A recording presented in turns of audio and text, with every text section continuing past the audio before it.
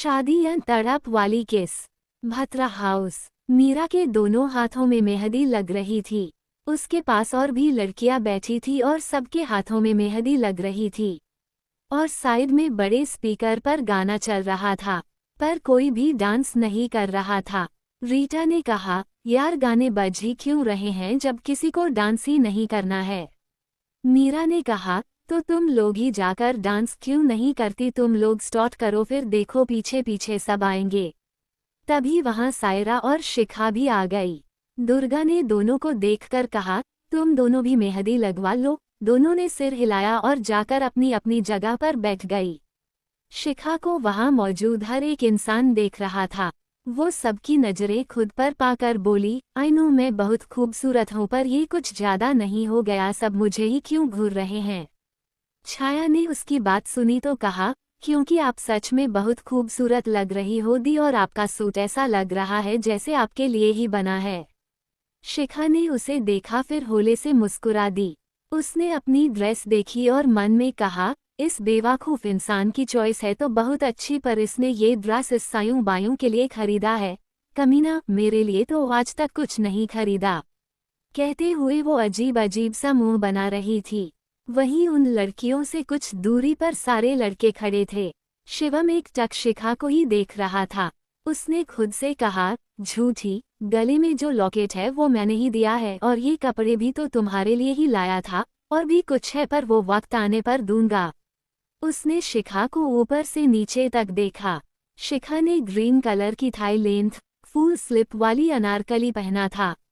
उस पर व्हाइट और सिल्वर स्टोन लगे थे। उसके नीचे सिल्वर करल का शरारा और गले में शरारा के करल का दुपट्टा लिया था। कानों में सिल्वर झुमके थे और गले में एसबी लॉकेट, रेड लिपस्टिक और लाइट मेकअप, बीच बांधकर उसके बाल दोनों तरफ से कंधों से होते हुए कमर तक थे। मांग में शिवम के नाम का सिंदूर भी लगाया था। पैरों में मैचिंग जूती थी। वो सच में आज हमेशा से अलग लग रही थी, बहुत खूबसूरत और अट्रैक्टिव।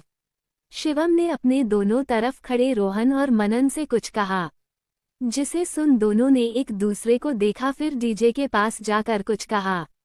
थोड़ी देर में दोनों बीच फ्लो पर थे और गाना स्टार्ट हुआ। म्यूजिक की आवाज सुन सबका ध्यान उन पर गया। तेरे वास्ते फलक से मैं चांद लाऊंगा, 16-17 सितारे संग बांध लाऊंगा -2। सबने देखा तो सबके चेहरे पर मुस्कान आ गई। दोनों गाने पर बहुत अच्छे से डांस कर रहे थे। दोनों की नजरें अपनी अपनी वाली पर थी। शिखा ने उन्हें एक नज़र देखा, फिर अपनी मेहंदी देखने लगी। यूं तो गाना सुनकर उसके पाँव जमीन पर नहीं ठहरते थे, पर आज उसका मन ठीक नहीं था। वो अपनी मेहंदी देख रही थी कि एक प्यार भरी सुनी हुई आवाज उसके कान में गई और उसके चेहरे पर मुस्कान आ गई। उसने सिर घुमाकर देखा तो शिवम गाते हुए रोहन और मनन के बीच से निकलकर सामने आया। चांद तारों से कहो अभी वहां ठहरे जरा, चांद तारों से कहो कि अभी ठहरे जरा। उसकी नजरें शिखा पर ही टिकी हुई थी। उसने उसे देखते हुए गाया, पहले इश्क लड़ा लूं उसके बाद लाऊंगा, पहले इश्क लड़ा लूं उसके बाद लाऊंगा। शिवम फिर से गाने को हुआ कि अयान की आवाज आई। वो सबके बीच से निकलकर शिवम के पास गया और मीरा को देखते हुए गाया, देखा जाए तो वैसा अपने तो सारे पैसे रह के जमीन पे ही वसूल है। शिवम ने आगे कंटिन्यू किया। उसकी नजरें शिखा से हट ही नहीं रही थी। वहीं उसे गाते देख दुर्गा और रिद्धिमा बहुत खुश थी। दोनों की पलकें भींगी हुई थी। दोनों उसे करीब 15 साल बाद गाते हुए देख रही थी। चेहरा है तेरा चंदा, नैना तेरे सितारे, अंबर तक जाना ही फिजूल है -2। शिवम शिखा के पास गाया और उसका हाथ पकड़ उसके आंखों में देखते हुए सबके बीच लाते हुए गाया, इसके बाद भी अगर तुझे चैन न मिले पूरी करके मैं तेरी ये मुराद आऊंगा। आरुष भी बीच में आ गया था। सब अपनी अपनी वाली लड़कियों के पास गए और उनका हाथ पकड़कर बीच फ्लो पर ले आए। तेरे वास्ते फलक से मैं चांद लाऊंगा, 16-17 सितारे रे संग बांध लाऊंगा। सब अपने अपने पार्टनर के साथ गोल गोल घूमकर डांस कर रहे थे। शिवम और शिखा की नजरें एक दूसरे पर जमी हुई थी। दोनों आज दिल से खुश थे। सब कुछ भूलकर दोनों एक दूसरे के साथ डांस कर रहे थे। जनाब-ए आली, जनाब-ए आली, हमसे मोहब्बत है। जनाबे आली, जनाबे आली, जनाबे आली। आलोक जी मनदीप और दुर्गा का हाथ पकड़कर सबके बीच में ले आए और वो दोनों भी सब कुछ भूलकर डांस करने लगे। तो एक हिदायत है, जनाबे आली, हम हैं जरा हटके, जनाबे आली। वहीं रिद्धिमा एक तरफ खड़ी थी, उसके चेहरे पर मुस्कान थी पर आंखें आंसुओं से भरी हुई थी। उसके बगल में शिव भी खड़े थे जो उसे ही एक टक देख रहे थे। उन्होंने उसे देखते हुए कहा, तेरे वास्ते फलक से मैं चांद लाऊंगा, 16 सितारे संग बांध लाऊंगा। अचानक रिद्धिमा के चेहरे को एक हवा का झोंका छू कर गया। उन्हें एक पल को लगा जैसे शिव उनके पास ही है। उन्होंने अपनी आंखें बंद कर ली और बंद आंखों से शिव को देख मुस्कुरा दी। दिन ऐसे ही गाते नाचने में गुजर गया था। सब कल की तैयारी में जुट गए थे। शिखा भी चेंज करके आई बेड पर सोने चली गई। शिवम पहले से ही बेड पर लेटा हुआ था। शिखा ने कुछ पल आंखें बंद रखा, फिर आंखें बंद रखे हुए ही कहा, तुम आज मेरे साथ क्यों डांस कर रहे थे, उस सायरा के साथ डांस क्यों नहीं किया। शिवम उसकी आवाज में उसकी जलन फील कर सकता। वो मन ही मन मुस्कुराया, फिर खुद को नॉर्मल करके बोला, वहाँ इतने सारे लोग थे, ऐसे में किसी पराई लड़की के साथ कैसे डांस करता। शिखा ने उसकी बात पर आंखें खोलकर उसे घूरते हुए कहा, पराई औरत होता है, लड़की नहीं। शिवम ने प्यार से कहा, हाँ पर वो तो लड़की है न, सिर्फ 22 की है। शिखा को उसकी स्माइल से चिढ़ मच रही थी। उसका मन कर रहा था कि इन दोनों सायों और शिबू को खूब धोए, इतना कि दोनों के दिमाग से एक दूसरे का नाम ही मिट जाए। शिवम ने आगे कहा, और एक बात बीवी, इसके बाद पता नहीं हम फिर कभी साथ में डांस कर पाए या नहीं। इस बार उसकी बात पर शिखा ने पलके उठाकर उसे देखा। दोनों की आंखें एक दूसरे से मिली, फिर शिवम ने अपनी आंखें बंद कर ली। वहीं शिखा उसके चेहरे को देखने लगी। अगला दिन सारे लोग रेडी होकर होटल पहुंच चुके थे। मीरा बहुत खूबसूरत लग रही थी। उसका शादी का जोड़ा अयान ने अपने शेरवानी से मैचिंग दिया था। बाकी सब भी बहुत खूबसूरत लग रही थी। अयान ने जानबूझकर, सुनो ससुर जी अब जिद छोड़ो, दुल्हन तो जाएगी दूल्हे राजा के साथ, वाला गाना बजाया था।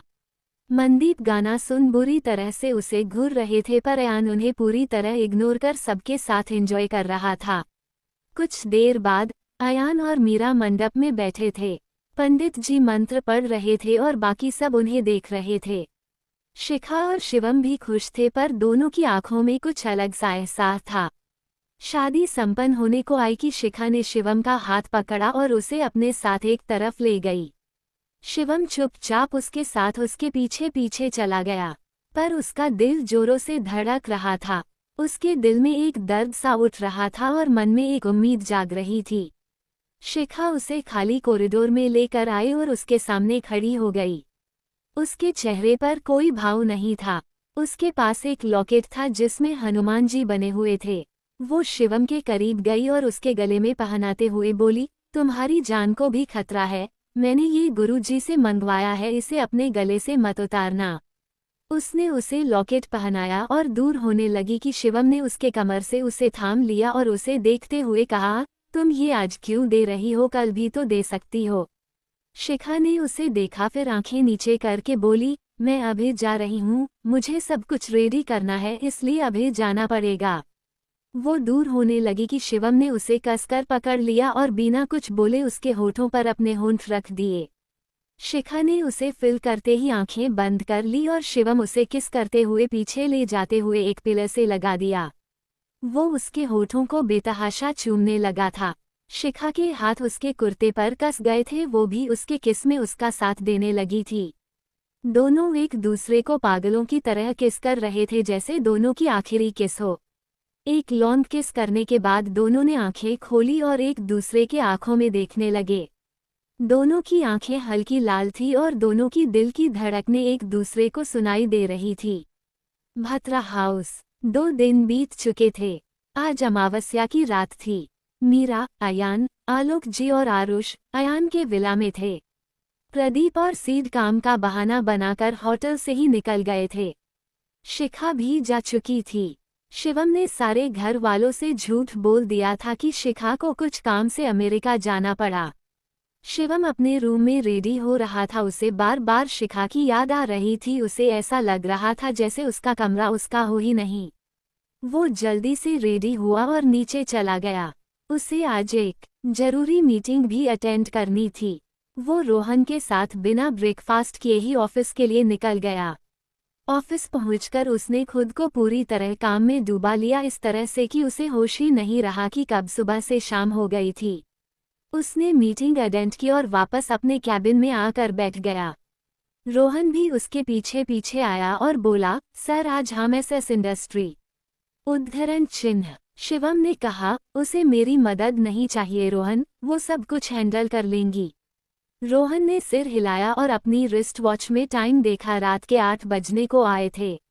वो जाने के लिए पलटा कि उसका फोन रिंग हुआ। उसने इड पर रीटा का नाम देखा तो वो कॉल पिक करते हुए बाहर जाने लगा, पर उधर से रीटा की बात सुन उसके कदम रुक गए। वो जल्दी से शिवम के पास वापस आया और बोला, सर वो रिद्धिमा मैम, एसएस इंडस्ट्री। आज एसएस इंडस्ट्री के सारे एम्प्लॉय की छुट्टी थी। पूरा एसएस इंडस्ट्री काले अंधेरे में डूबा हुआ था। वहीं सूर्या के कैबिन में जहां प्रदीप ने उसे कैद रखा था, उस कमरे में कई सारी मोमबत्ती जल रही थी, पर पर्दे लगे होने की वजह से उसकी रोशनी बाहर नहीं जा रही थी।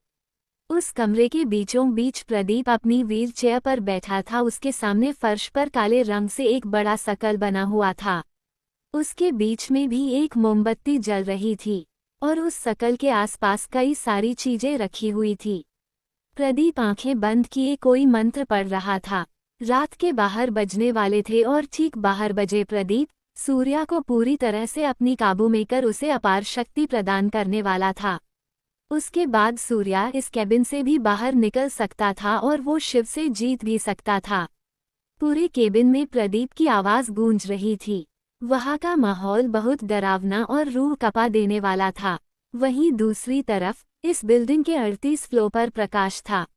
उसे होश आ चुका था, पर उसकी दोनों आंखें नहीं थी और उसके आंखों पर सफेद पट्टी बंधी हुई थी। वो इस वक्त बेड पर लेटा हुआ था। उसके आसपास करीब 10 डॉक्टर मौजूद थे। सब आपस में कुछ बातें कर रहे थे, क्योंकि प्रदीप ने उन सबको एक वीक का समय दिया था। अगर वो लोग एक वीक में प्रकाश का ऑपरेशन कर उसे आंखें नहीं देंगे तो प्रदीप उन सब की आंखें निकाल लेने वाला था। उस कमरे के बाहर करीब 20 गार्ड्स पहरा दे रहे थे और सबके हाथों में गन थी। वहीं बिल्डिंग के पीछे साइड से 2 परछाई अंदर आए। लड़के ने कहा, हम आ तो गए हैं, पर शिखा ने कहा, पर वर कुछ नहीं, तुम आगे जाओ, मैं आती हूँ। अयान ने उसकी बात पर सिर हिलाया और सीढ़ियां चढ़ते हुए ऊपर जाने लगा। वहीं शिखा मैन गेट के पास आई और कुछ ढूंढने लगी, पर उसे वहां कुछ भी दिख नहीं रहा था। तभी उसकी नज़र दरवाजे के ऊपर गई, जहां कुछ काले कपड़े में लटका हुआ था। शिखा उसे देखते हुए बोली, सही कहा था उसने, इस बुढ़े ने ससुर जी के डर से फिर से उनका रास्ता रोकने का इंतजाम कर दिया है। उसने एक टेबल देखा और उसके पास गई। वो उस टेबल को खींच सकती थी, पर उसके आवाज को सुनकर गार्ड्स आ सकते थे। तभी उसे धीमी आवाज आई, बीवी शिखा। शिवम की आवाज सुन जल्दी से पलट गई। उसने देखा शिवम के साथ रीटा और रोहन भी आए हुए हैं और दोनों उसे देख मुस्कुरा रहे हैं। शिखा कुछ कहती उससे पहले शिवम उसके पास आया और टेबल की तरफ इशारा करते हुए, चलो जल्दी पकड़ो। शिखा ने सिर हिलाया और जल्दी से टेबल पकड़ लिया। रोहन और रीटा भी आ गए और चारों ने मिलकर टेबल उठाया और उसे गेट के पास रख दिया। शिखा उसके ऊपर चढ़ गई, पर फिर भी उसका हाथ नहीं पहुंच पा रहा था। वो उछलते हुए उस काले कपड़े को पकड़ने की कोशिश करने लगी। तभी उसने खुद को हवा में पाया। शिवम ने उसे कमर से पकड़कर ऊपर उठा दिया था। शिखा ने हाथ बढ़ाकर जल्दी से उस कपड़े को खींचकर वहां से हटा दिया। शिवम उसे देख धीरे से नीचे उतार दिया। दोनों इस वक्त एक दूसरे के बहुत करीब खड़े थे। शिवम अंधेरे में ही शिखा के गोरे चेहरे को देखने की कोशिश कर रहा था, वहीं शिखा का भी यही हाल था। वो भी उसे देखने की कोशिश कर रही थी। रीटा उन्हें देखकर अपना गला साफ करते हुए बोली, अगर आप दोनों को प्रॉब्लम ना हो तो प्लीज रोमांस थोड़ी देर बाद कर लीजिएगा, फिलहाल हमें जल्दी जाना चाहिए। दोनों उसकी बात सुन सेंस में आए। शिवम ने उसके कमर से हाथ हटाया और नीचे उतर गया। रोहन और रीटा उन्हें देख जाने को पलट गए। शिवम ने उन्हें देखा, फिर शिखा को नीचे उतारकर झट से उसके होठों पर अपने होंठ रख उसे किस करने लगा। शिखा बस पलकें झपकाते हुए उसे देख रही थी। उसने मन में कहा, ऐसी सिचुएशन में भी इसे रोमांस सूझ रहा है, सच में बेवकूफ इंसान है। उनकी किस की आवाज सुन रोहन ने पलटते हुए कहा, यहाँ चूहे भी है क्या? रोहन उन्हें देख पाता उससे पहले शिवम झट से शिखा से दूर हो गया और अपना मुंह साफ करते हुए बोला, आज भी वो काली हवा वाला आएगा क्या? शिखा ने उसे आंखें छोटी कर घूर कर देखा। कितनी अच्छी एक्टिंग करता था ये। वो समझ गई कि शिवम शिव के बारे में पूछ रहा है। उसने आगे बढ़ते हुए कहा, हाँ, पर तुम लोग यहाँ क्यों आए हो? शिवम ने सीरियस टोन में कहा, माँ भी यहीं है, शायद वो सुबह से घर नहीं लौटी है। शिखा ने उसे देखा पर कुछ नहीं कहा। चारों वहां से ऊपर जाने लगे। शिवम चलते हुए बोला, वो प्रकाश भी यहीं है न? कहा है तुम्हें पता है मैं उसे अपने हाथों से मरना चाहता हूँ। शिखा चलते हुए बोली, कोई और भी है जिसे तुमसे भी ज्यादा जल्दी है उसे मारने की, और अब तक तो वो अपना काम स्टार्ट भी कर चुके होंगे। शिवम ने कहा, कौन है वो? तुम्हारे पापा, मेरे घोस्ट ससुर जी, शिखा ने कहा। शिवम ने पहले तो उसकी बात सुन अपनी मुट्ठी भींच ली थी। उसे शिव के जिक्र से ही नफरत थी, पर जब उसने शिखा की पूरी बात सुनी तो उसके कदम थम गए। प्रकाश के कमरे के बाहर सारे गार्ड्स जो पहरा दे रहे थे, सब मारे हुए पड़े थे। सबका गला कटा हुआ था।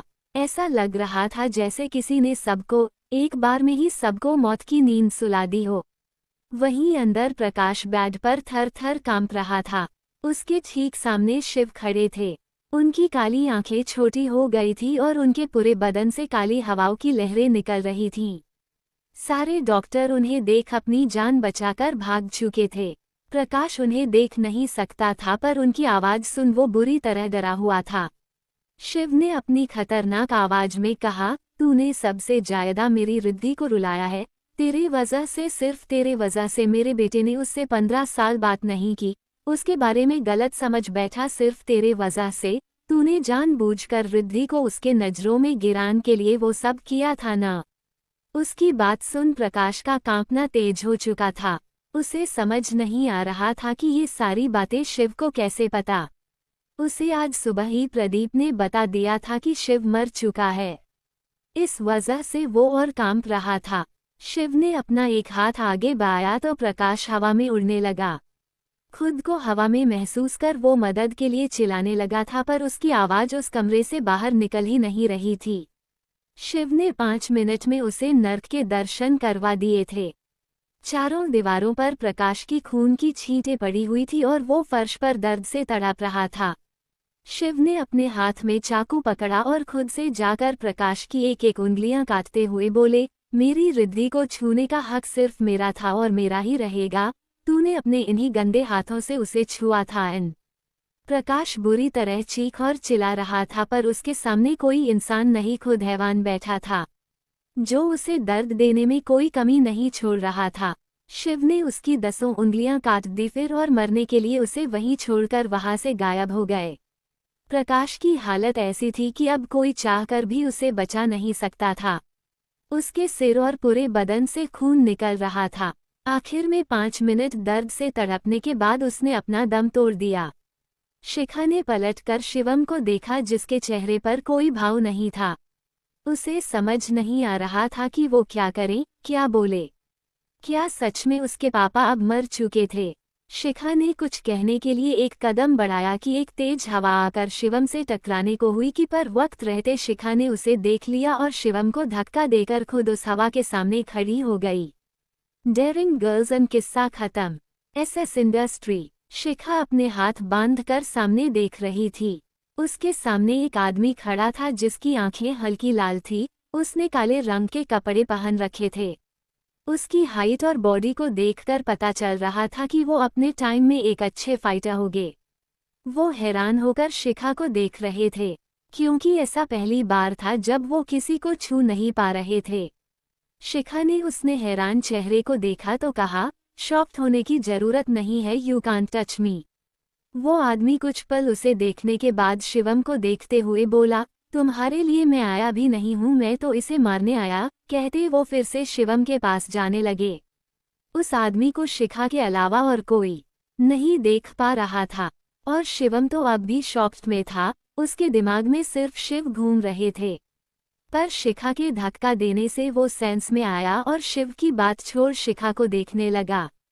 वो आदमी आगे आया और शिवम का गला पकड़ने को हुआ कि वो अपनी जगह पर ही रुक गया। उसके हाथ शिवम के करीब नहीं जा पा रहे थे। शिवम ने शिखा को देखा तो वो आगे बढ़कर उस आदमी को क्रॉस करते हुए शिखा के पास चला गया। वहीं उस आदमी को कुछ समझ नहीं आ रहा था। उसने पलटकर शिवम को फिर से देखा और एक बार फिर से उसके पास जाने लगे कि फिर से वो शिवम से कुछ दूरी पर रुक गए। उसके कदम आगे बढ़ ही नहीं रहे थे। तभी उसकी नज़र शिवम के गले में लटके हनुमान जी के लॉकेट पर गई तो वो समझ गया कि वो अब शिवम को भी कुछ नहीं कर सकता है। शिवम उसे देख नहीं सकता था, पर वो शिखा के धक्का देने से समझ गया था कि कुछ तो गड़बड़ है। उसने कहा, तुमने मुझे धक्का क्यों दिया, कोई है क्या यहाँ? शिखा सिर हिलाते हुए बोली, हाँ है कोई, पर टेंशन मत लो, वो हमारा कुछ नहीं कर पाएंगे। क्यों? शिवम ने पूछा। क्योंकि हमारे पास हनुमान जी है, हमें बचाने के लिए, अयान वहां आते हुए कहा। उसके गले में भी शिवम जैसा ही लॉकेट था। शिवम ने उसे देखा तो वो खुद से बोला, मुझे लग रहा था कि ये स्पेशली मेरे लिए है, पर यहाँ तो सबके पास है। अयान ने कहा, सबके पास नहीं है, रोहन और रीटा को नहीं मिला है, पर मैं लेकर आया हूँ, मुझे लगा ही था कि तुम आओगे इन दोनों के साथ। शिखा ने उसकी बात पर उसे घूरकर देखा, जैसे कह रही हो, कर दिया न सियाप्पा, ये बताने की क्या जरूरत थी। अयान को भी अपनी गलती का एहसास हुआ, पर अब क्या फायदा था, उस आदमी के आत्मा ने तो उनकी बातें सुन ली थी। उसने कहा, मतलब मैं इन दोनों को मार सकता हूँ? उसने पीछे पलटकर रोहन और रीटा को देखते हुए कहा। दोनों साथ में ही खड़े थे। वो आदमी मुस्कुराते हुए उनके तरफ बढ़ने लगा तो शिखा ने चिल्लाते हुए कहा, निकलो वहां से, वो तुम दोनों के तरफ ही आ रहा है। उसकी बात सुन रीटा चौंकना हो गई, पर रोहन की हालत खराब हो गई थी। वो डरते हुए बोला, कहाँ निकले, किधर से निकले, कौन आ रहा है, क्यों आ रहा है हमारी तरफ? रीटा उसका हाथ पकड़ उसे पीछे के तरफ खींचते हुए बोली, तुम्हारा रिश्तेदार नहीं आ रहा है, भूत आ रहा है हमारी तरफ, भागो वरना यही निपट जाएंगे हम दोनों। उसकी बात पर रोहन ने जल्दी जल्दी हाँ में सिर हिलाया, फिर वो दोनों जल्दी से सीढ़ियों से नीचे जाने लगे। शिखा ने अयान से दोनों का लॉकेट लिया और उनके तरफ उछाल दिया। रीटा ने दोनों लॉकेट को पकड़ लिया, पर तभी उस आदमी ने दोनों को धक्का दिया, जिससे दोनों नीचे गिर गए और रीटा के हाथों से लॉकेट छूटकर थोड़ा दूर जा गिरा। अयान उन्हें देखकर बोला, तू कुछ करती क्यों नहीं है, कुछ करना, एक तो ये हमें दिख भी नहीं रहा है। शिखा ने कहा, तेरा ससुर नहीं है जिसे बैठा कर मैं बातें कर समझाऊं। वो भी आगे बढ़ गई, पर वो भी आत्मा होने के वजह से वो भी उसे छू नहीं सकती थी। उसे समझ नहीं आ रहा था कि वो उन दोनों को कैसे बचाए। वहीं रोहन ने रीटा को पकड़कर खड़ा किया। उसके पेट में चोट लग गई थी, जिस वजह से उसके मुंह से खून निकलने लगा था। वो आदमी फिर से उनकी तरफ बढ़ा, पर इस बार उन्हें छूने से पहले उसे जोरदार झटका लगा और वो दूर जा गिरा। शिखा के कदम अपनी जगह पर ही रुक गए। उसे रुका देख शिवम ने कहा, रुक क्यों गई बीवी, चलो। शिखा मुस्कुराते हुए बोली, एक बाप आया है अपने बेटे को बचाने, अब हमें टेंशन लेने की जरूरत नहीं है, वो देख लेंगे। उसकी बात सुन सब उसे देखने लगे। रोहन और रीटा को भी हैरानी हुई। फिर रोहन ने हकलाते हुए कहा, पापा। यस बेटा, राजेश ने पलटते हुए कहा। हालांकि वो भी किसी को दिख नहीं रहे थे, पर रोहन समझ गया था कि शिखा ने राजेश के बारे में कहा है। उसके होठों पर दर्द के बावजूद बड़ी सी मुस्कान खिल गई। शिवम ने कहा, राजेश अंकल है क्या? राजेश ने फिर से कहा, हाँ मैं ही हूँ छोटे बॉस। शिखा उनकी नोटकी देख मुस्कुराते हुए हाँ में सिर हिलाया तो रीटा ने उन्हें देखने की कोशिश करते हुए कहा, दूर से पाओ लागू ससुर जी। राजेश ने भी कहा, हाँ आप भी दूर से खुश रहे बहू जी। शिखा ने उनकी कही बात सबको बताई, फिर कहा, आप अपने बेटे बहू से बाद में बात करना, पहले इन्हें संभालो। राजेश ने हाँ कहा, फिर उस आदमी की आत्मा को देखते हुए बोले, अरे तेरा बेटा तो गलतफहमी के वजह से अपोजिट टीम में है, पर तू क्यों उनके तरफ है बे साले सुभाष उनकी बात सुन रुक गए। वहीं शिखा ने कहा, उनके गले में वो जो भी है हटाए, वरना वो हमारी बात समझ नहीं पाएंगे। अयान ने कहा, कोई जाना पहचाना आत्मा है क्या? शिखा ने कहा, सीध के पापा है, पर वो भी प्रदीप के वश में है। राजेश और सुभाष के बीच लड़ाई स्टार्ट हो गई थी। दोनों अच्छे फाइटर थे, जिस वजह से दोनों एक दूसरे पर भारी पड़ रहे थे। 4 लोगों को सिर्फ सामान टूटते हुए दिख रहे थे। जिधर भी सामान टूटता चारों की मुड़ी उस तरफ घूम जाती। रोहन और रीटा ने अपना अपना लॉकेट पहन लिया था। शिखा ने कहा, इन्हें लड़ने दो, हम चलो, 12 बजने में ज्यादा वक्त नहीं है। सबने सिर हिलाया और सब जल्दी से वहां से निकल गए। वहीं कुछ देर तक लड़ाई करने के बाद राजेश ने सुभाष के गले से वो चीज निकाल दिया और वही फर्श पर बैठ गए। दूसरी तरफ पांचों कैबिन के पास पहुंचने को हुए कि वहां 50 से भी ज्यादा बॉडीगार्ड्स मिल गए। उन सबको देखकर रोहन ने अपनी थूक निगलते हुए कहा, हम 5 और ये सब हाथी, साले कम से कम भी तो 50 हो गए। तभी पीछे से आवाज आई, 5 नहीं 6, हम 6 है। सबने पीछे पलटकर देखा तो अयान और शिखा को छोड़ तीनों शॉक्ड रह गए। उनके सामने छाया खड़ी थी, जिसने जीन्स टॉप और जैकेट पहन रखा था। वो इस वक्त एक्शन गर्ल के मोड में थी। शिखा ने उसके पीछे देखा, फिर कहा, तुम क्यों आई, और आई भी तो देवर जी को क्यों लेकर आई? छाया के साथ मनन भी था, जो सबको हैरानी से आंखें फाड़े देख रहा था। छाया ने कहा, मैंने नहीं लाया है, मनन जी को दी, इन्होंने मुझे आते हुए देखा तो ये भी आ गए। आरुष भी आ रहा था, पर मैंने उसे आने से मना कर दिया। मनन ने कहा, क्या हो रहा है यहाँ, आप सब इतनी डरावनी जगह पर क्यों हो? छाया ने कहा, फिलहाल टाइम नहीं है मनन जी, मैं बाद में बताऊंगी, कहते हुए वो आगे बढ़ी। उसे देख अब सबने अपनी पोजीशन ले ली और सारे गार्ड्स को आने का इशारा किया। उनका इशारा पाकर सारे गार्ड्स उनसे लड़ने आ गए और ये सारे उन पर टूट पड़े। मनन ने भी टाइम वेस्ट नहीं किया और लड़ने लगा। थोड़ी देर बाद मनन और रोहन एक जगह थक हार कर बैठ गए और रीटा और छाया को मुंह खोले फाइट करते हुए देखने लगे। दोनों को यकीन नहीं हो रहा था कि उनकी वाली इतना अच्छा फाइट करती है। खासकर शॉक्ड में तो मनन था, उसने तो कभी सपने में भी छाया को फाइट करते हुए इमेजिन नहीं किया था। तभी अयान भी उनके पास आकर रेस्ट करते हुए बोला, मुंह बंद कर लीजिए छोटे साले साहब, लिटिल को फाइट आती है। शिखा ने उसे मुसीबत के वक्त के लिए ट्रेंड किया था, पर उसे डॉक्टर बनना था और शिखा ने भी कभी उस तक कोई प्रॉब्लम नहीं पहुंचने दी थी। मनन जल्दी से बोला, पर उस दिन जब मैं नशे में था तो उसने मुझे कुटा क्यों नहीं था, वो तो खुद को बचा सकती थी। अयान ने कहा, शायद वो शॉक्ड रह गई थी, उसके सामने पहली बार वैसी प्रॉब्लम आई थी न। मनन ने कुछ सोचकर मुस्कुराते हुए कहा, हाँ, और शायद मेरे हैंडसम चेहरे को देखकर मुझ पर हाथ नहीं उठाया होगा। तब तक शिवम भी उनके पास आकर बैठ गया। वो भी थक गया था। वो लंबी लंबी सांसें लेते हुए बोला, ये लड़कियां क्या खाती है, थकती ही नहीं है, देखो तो इन्हें, देख ऐसा लग रहा है देसी ये तीनों इस फाइट को एंजॉय कर रही है। आयान ने अफसोस जताते हुए कहा, खास मेरी वाली भी यहाँ होती, मैं उसे भी फाइट करते हुए देखता, क्या सीन होता ना, अगर मेरी क्यूटी पाई भी फाइट करती। कहते हुए उसने तीनों लड़कों को देखा जो उन्हें खा जाने वाली नजरों से घूर रहे थे। आयान उनके ऐसे देखने से सकपका गया। वो बोला, क्या ऐसे क्यों देख रहे हो, मैंने तो अच्छी बात ही कही थी। तीनों ने सिर हिलाया और बिना कुछ कहे सामने देखने लगे। वहीं अयान सोचने लगा कि उसने तो कुछ गलत नहीं कहा, तो फिर ये तीनों क्यों उसे इस तरह से देख रहे थे। तीनों लड़कियों ने सारे गार्ड्स को मार गिराया था, पर गार्ड्स खत्म ही नहीं हो रहे थे। एक के बाद एक आते जा रहे थे। तभी पीछे से कुछ और गार्ड्स आ गए और उन सब गार्ड्स पर फायरिंग करने लगे। रीटा और छाया वहां से हटकर चारों लड़कों के पास आ गई। पर दे से ही शिखा आने को हुई कि एक गोली उसके बाजू को छू कर निकली। उसने तुरंत अपने बाजू पर हाथ रख लिया और सामने देखा तो एक गार्ड्स के पास गन थी और उसके पॉइंट पर शिखा थी। सब उसे देख घबरा गए। उस गार्ड ने फिर से फायरिंग की, पर इस बार कोई शिखा को पकड़कर दूसरी तरफ कूद गया, जिससे गोली शिखा को छू भी नहीं पाई। सबने देखा तो सब हैरान रह गए। वही शिवम की आंखें छोटी हो गई। वो बोला, ये कहाँ से आ गया? शिखा ने देखा तो उसे बचाने वाला सीड था। सीड ने अपनी गन निकाली और उस गार्ड्स को शूट कर दिया।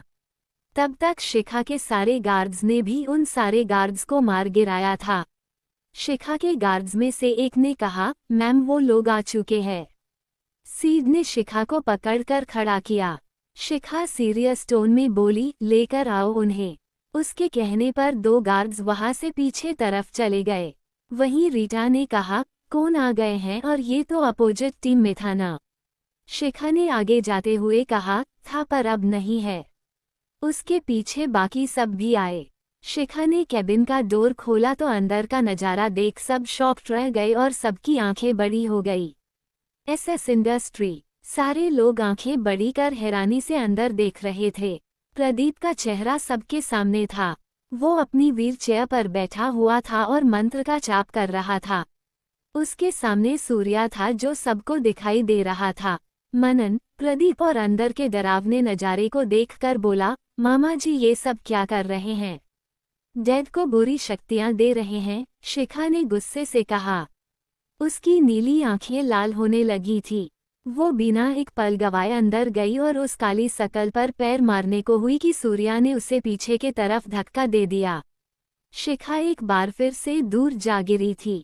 सब उसे देख परेशान हो गए। शिवम आगे बढ़ा तो प्रदीप ने कहा, अगर रिद्धिमा को जिंदा देखना चाहते हो तो वहीं रुक जाओ। प्रदीप ने अपने बगल की रस्सी खींची तो बालकनी में लगे पर्दे हट गए। सबने उधर देखा तो सबके चेहरे पर डर के भाव आ गए। माँ, शिवम ने रिद्धिमा को देखकर कहा। रिद्धिमा के हाथ जिस रस्सी से बंधे हुए थे वो रस्सी प्रदीप के दूसरे हाथ में थी और रिद्धिमा बालकनी में लटकी हुई थी। उसने भी सबको देखा तो उसके आंखों में आंसू भर आए। शिखा ने उसे देखा। वो जानती थी प्रदीप अपनी जगह से हिल नहीं सकते हैं। उसने आसपास नजरें दौड़ाई। उसे समझ आ गया था कि प्रदीप ने इस कमरे में भी ऐसा कुछ तो रखा है जिस वजह से शिव यहाँ नहीं आ पा रहे हैं। उसने सब तरफ देख लिया पर उसे ऐसी कोई चीज नहीं दिखी। तभी उसकी नज़र दरवाजे के पास रखे छोटे से पॉट पर गई।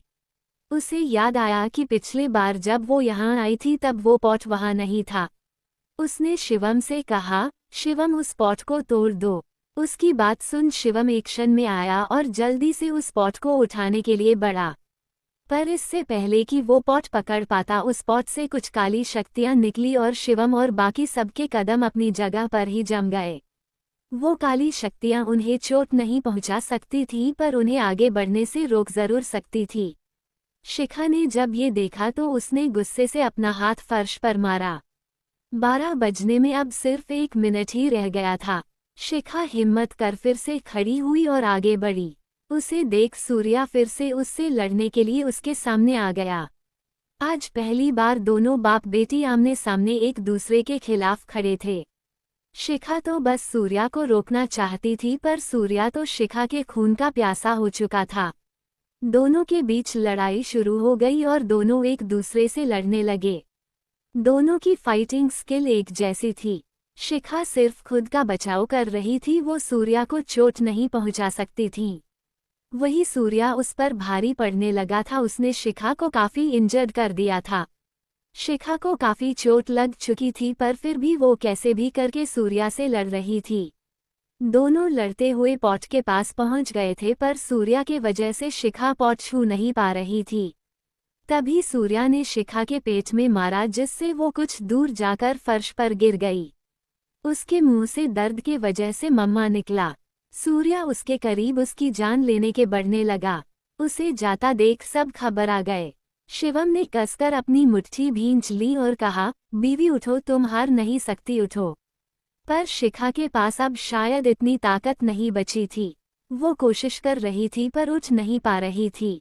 सूर्या उसके बिल्कुल करीब पहुंच गया। उसने जैसे ही अपना हाथ शिखा के बाल पकड़ने को बढ़ाया कि पीछे से आवाज आई, सूर्या। आवाज सुन सूर्या के हाथ रुक गए।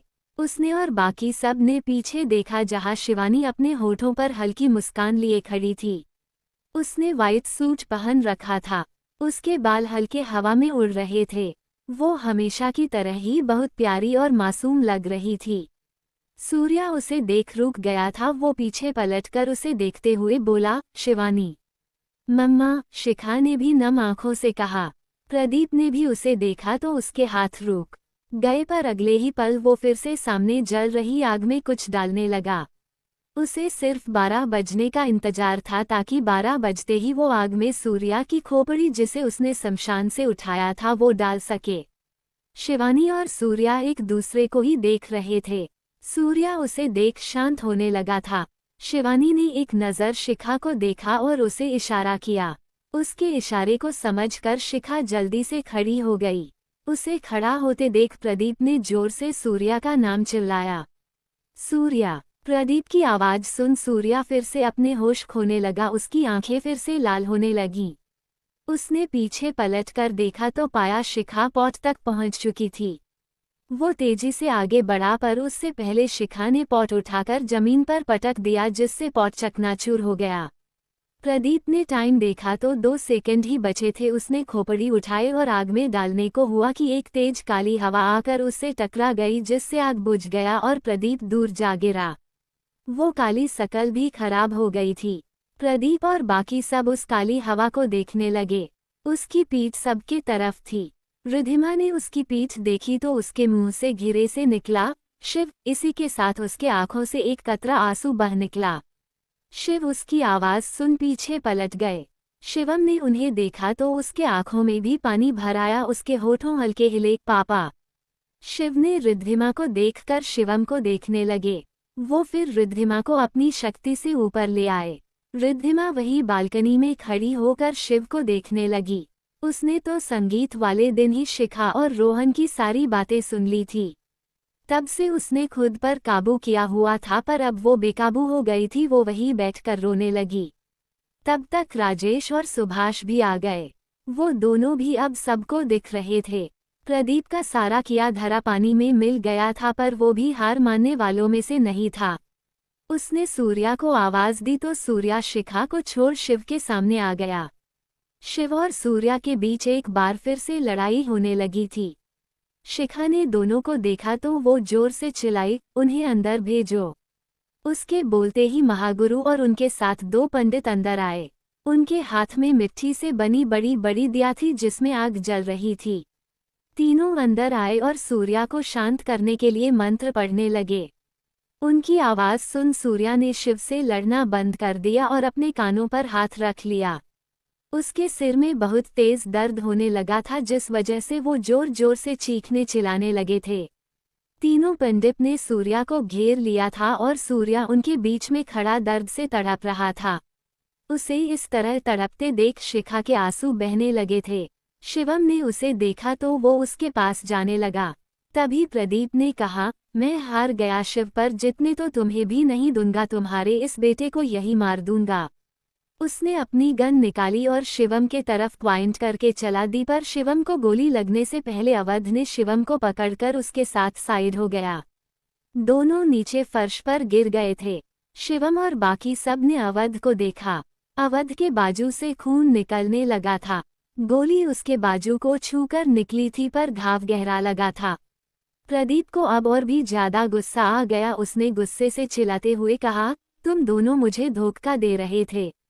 उसने फिर से गन शिवम पर चलानी चाहिए, पर उससे पहले शिव ने उसका हाथ पकड़कर तोड़ दिया और प्रदीप की एक चीख निकल गई।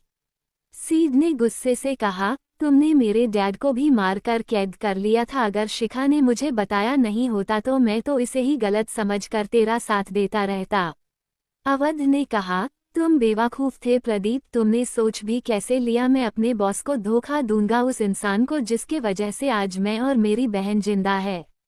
शिवम और बाकी सब दोनों को हैरानी से देख रहे थे। उन्हें समझ नहीं आ रहा था कि ये दोनों कब से उनका साथ दे रहे थे, ये सब कब प्लेन हुआ था, पर हाँ सब इतना समझ गए थे कि इन सब के पीछे शिखा थी। उसने पहले से ही दोनों को अपने साथ मिला लिया था। यहाँ तक कि अयान को भी इस बारे में कुछ नहीं पता था। अब तक सूर्या शांत हो चुका था। तीनों पंडित साइड में आकर खड़े हो गए और शिवानी सूर्या के पास आकर नीचे बैठ गई। शिव ने शिखा को देखा और कहा, तुम इसे मारोगी। शिखा ने सिर हिलाया और खुद को संभालते हुए खड़ी हो गई। शिवम और ऋचा ने मिलकर अवध को भी खड़ा किया। शिवम ने एक नज़र शिखा को देखा, फिर वो रिद्धिमा के पास चला गया। शिखा ने सूर्या और शिवानी को देखा जो उसे ही देख रहे थे। सूर्या को अब सब कुछ याद आ चुका था। उनके आंखों में भी पानी भरा हुआ था। वो बोले, सॉरी बेटा, आपके डैड को कुछ होश नहीं था। मैं उनकी आवाज़ भारी हो गई थी। शिखा ने कहा, इसने आपको कैसे मारा था डैड? शिखा की बात सुन सब समझ गए कि शिखा प्रदीप को सूर्या के जैसा ही मारना चाहती है। सूर्या ने कहा, उस दिन जब मैं केबिन में आया था तब इसने मेरे सिर पर पीछे से वार किया था। मैं जब तक खुद को संभाल पाता इसने फिर से मेरे माथे पर मारा और मुझे खींचते हुए बालकनी में ले जाने लगा। मैंने खुद को बचाने की कोशिश में इसके पैर तोड़ दिए थे, पर फिर मैं बेहोश होने लगा और इसने मुझे बालकनी से धक्का दे दिया। शिखा ने उसकी बात सुन लंबी सांस ली और प्रदीप की तरफ जाने लगी। उसे बहुत चोट आई थी जिस वजह से वो ठीक से चल भी नहीं पा रही थी।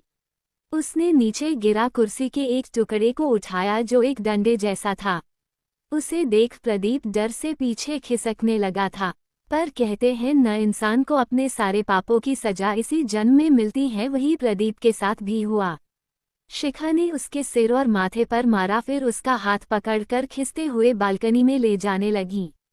प्रदीप अपना होश खोने लगा था, फिर भी वो अपनी जान की भीख मांगते हुए बोला, शिव शिव गलती हो गई, मुझसे माफ कर दो मुझे। मैं तो तुम्हारा बड़ा भाई जैसा हूँ, तुम मेरे साथ ऐसा नहीं कर सकता शिव शिव।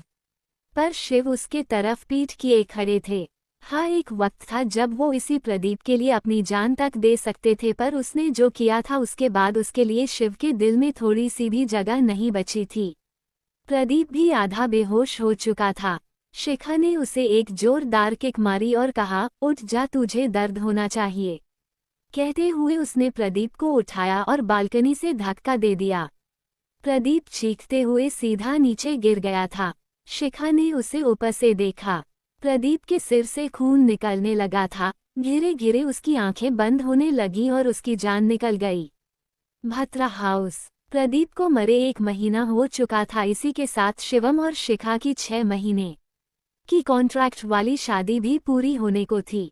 2 दिन बाद शिवम का 30th बर्थडे था। उसके बाद शिखा और शिवम कानूनी तौर पर पति पत्नी नहीं रहते। सुबह का वक्त, सारे लोग डाइनिंग एरिया में थे। छाया और रिद्धिमा प्लेट्स लगा रही थी। तभी शिवम नीचे आया और बाहर जाते हुए बोला, मैं मीटिंग में जा रहा हूँ, शाम तक आऊँगा। उसने किसी को एक नज़र देखा तक नहीं और बाहर निकल गया। उसकी कार के पास रोहन और अवध खड़े थे। शिवम आया तो अवध ने बैक सीट का दरवाजा खोला।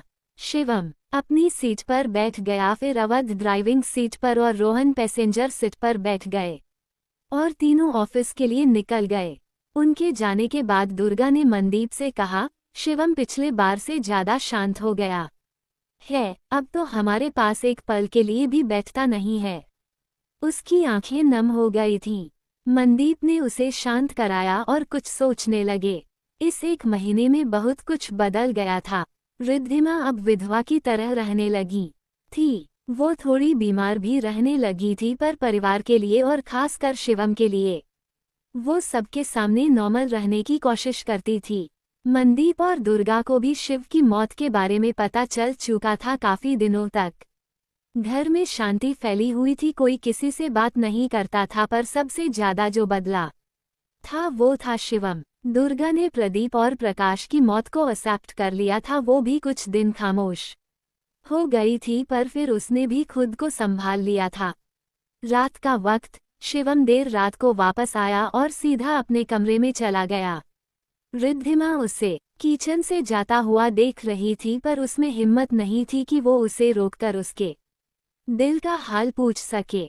शिवम अपने कमरे में आया और कोट उतारकर अपने शर्ट की स्लीव फोल्ड करते हुए अपने कबर्ड से अपनी गिटार निकालकर बालकनी में चला गया। उसकी आंखें हल्की लाल थी। वो इन दिनों हर दिन ड्रिंक करने लगा था। दिन भर ऑफिस में रहता और रात को बालकनी में ही सो जाता था, फिर सुबह जल्दी उठकर निकल जाया करता था। वो बालकनी में रखे झूले पर बैठ गया और गिटार की ट्यून सेट करते हुए वो प्रदीप के मौत वाले दिन को याद करने लगा। फ्लैशबैक। प्रदीप के मरने के बाद शिखा अंदर आई। सूर्या और शिवानी ने शिखा को देख एक स्माइल पास की तो शिखा भी नम आंखों से मुस्कुरा दी। वो जानती थी अब उनके जाने का वक्त आ चुका है, वो चाहे तब भी वो उन्हें रोक नहीं सकती थी। सूर्या और शिवानी ने एक दूसरे का हाथ पकड़ा और दोनों मुस्कुराते हुए एक सफेद रोशनी के साथ गायब हो गए। उनके जाने के बाद राजेश ने कहा, आप सबको भी जाना चाहिए और तू शादी कर लेना मेरी बहू से। रोहन की आंखें भी नम थी, उसने रीटा का हाथ पकड़ा और हाँ में सिर हिला दिया। सुभाष ने सीड को देखा और कहा, सूर्या ने हमारे लिए बहुत कुछ किया था बेटा, तुम कभी शिखा का साथ मत छोड़ना, हमेशा इसके साथ इसका वफादार बनकर रहना। सीड ने भी हल्के से हमें सिर हिला दिया। अब सब शिवम और रिद्धिमा को देख रहे थे। शिव ने शिवम को देखा तो शिवम ने लगभग रोते हुए कहा, टीम सॉरी पापा, मुझे आपको गलत नहीं समझना चाहिए था। I am sorry. शिव हल्का मुस्कुराते हुए बोले, कोई बात नहीं बेटा, और अब मेरे लिए रोना मत, जैसे पहले जी रहे थे वैसे ही जीना। हम शिवम ने हमें सिर हिलाया तो उन्होंने अपनी नजरें रिद्धिमा पर कर ली। रिद्धिमा को देख उनका दिल उसे कसकर गले लगाने को कर रहा था, पर वो रिद्धिमा को छू नहीं सकते थे। वो एक जिन थे और रिद्धिमा एक आम इंसान। रिद्धिमा के आंसू रुक नहीं रहे थे और न ही उसकी जुबान से कुछ निकल पा रहा था। वहीं एक तरफ मोहिनी भी खड़ी थी, पर वो इस तरह से छिपी हुई थी कि किसी की भी नजरें उस पर नहीं गई थी। वो भी शिव को देख रही थी। शिव ने रिद्धिमा को देखकर कहा, रोना मत, हम फिर मिलेंगे, जल्द मिलेंगे ना? उद्धरण चिन्ह। उन्होंने पूछा तो रिद्धिमा ने हल्के से हाँ में सिर हिलाया। उनकी हाँ देख शिव के होठों पर हल्की मुस्कान आ गई। उन्होंने एक नज़र सबको देखा, पर फिर शिखा को देखा। शिखा ने अपनी पलकें झपकाई तो शिव मुस्कुराते हुए अपने कदम पीछे लेने लगे। वो डे से अपने कदम पीछे ले रहे थे। उनकी बॉडी थोड़ी थोड़ी अनविशहल हो रही थी। आखिर में उनका चेहरा बचा और वो एक मीठी मुस्कान लिए शिवम और रिद्धिमा को देखकर पूरी तरह से गायब हो गए। उनके जाने के बाद रिद्धिमा वहीं बैठकर फूट फूट रो पड़ी। शिवम ने बड़ी मुश्किल से उन्हें संभाला। राजेश, सुभाष और मोहिनी भी वहां से गायब हो गए। कुछ देर बाद शिवम ने रिद्धिमा को सहारा देकर उठाया और सब नीचे आ गए। नीचे सबकी कार एक लाइन में लगी हुई थी।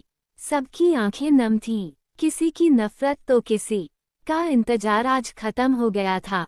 शिवम रिद्धिमा को कार में बैठाने लगा कि छाया ने घिरे से कहा, दी। उसकी आवाज सुन सबने उसे देखा, फिर उसकी नजरों का पीछा कर दूसरी तरफ देखा।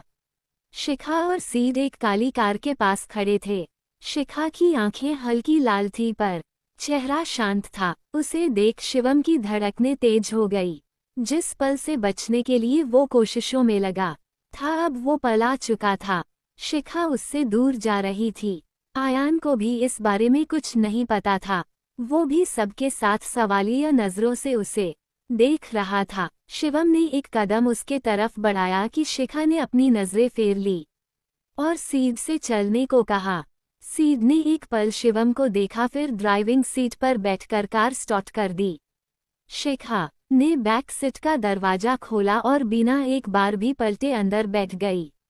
सीड ने कुछ कहना चाहा कि शिखा ने आंखें बंद कर अपना सिर सीट से टिकाते हुए कहा, चलो यहाँ से। सीड ने फिर कुछ नहीं कहा और कार सड़क पर दौड़ा दी। शिवम अपनी जगह पर खड़े उसकी जाती हुई कार को देखता रह गया था और कुछ पल बाद शिखा की कार उसकी आंखों से ओझल हो गई थी। Flash back and. शिवम के होठों पर एक दर्द भरी मुस्कान थी। उसने आंखें बंद की तो उसके आंखों के सामने शिखा और उसकी पहली मुलाकात के सीन आए, जब उसने शिखा का हाथ पकड़ कर खींचा था और शिखा उसके ऊपर झुक गई थी।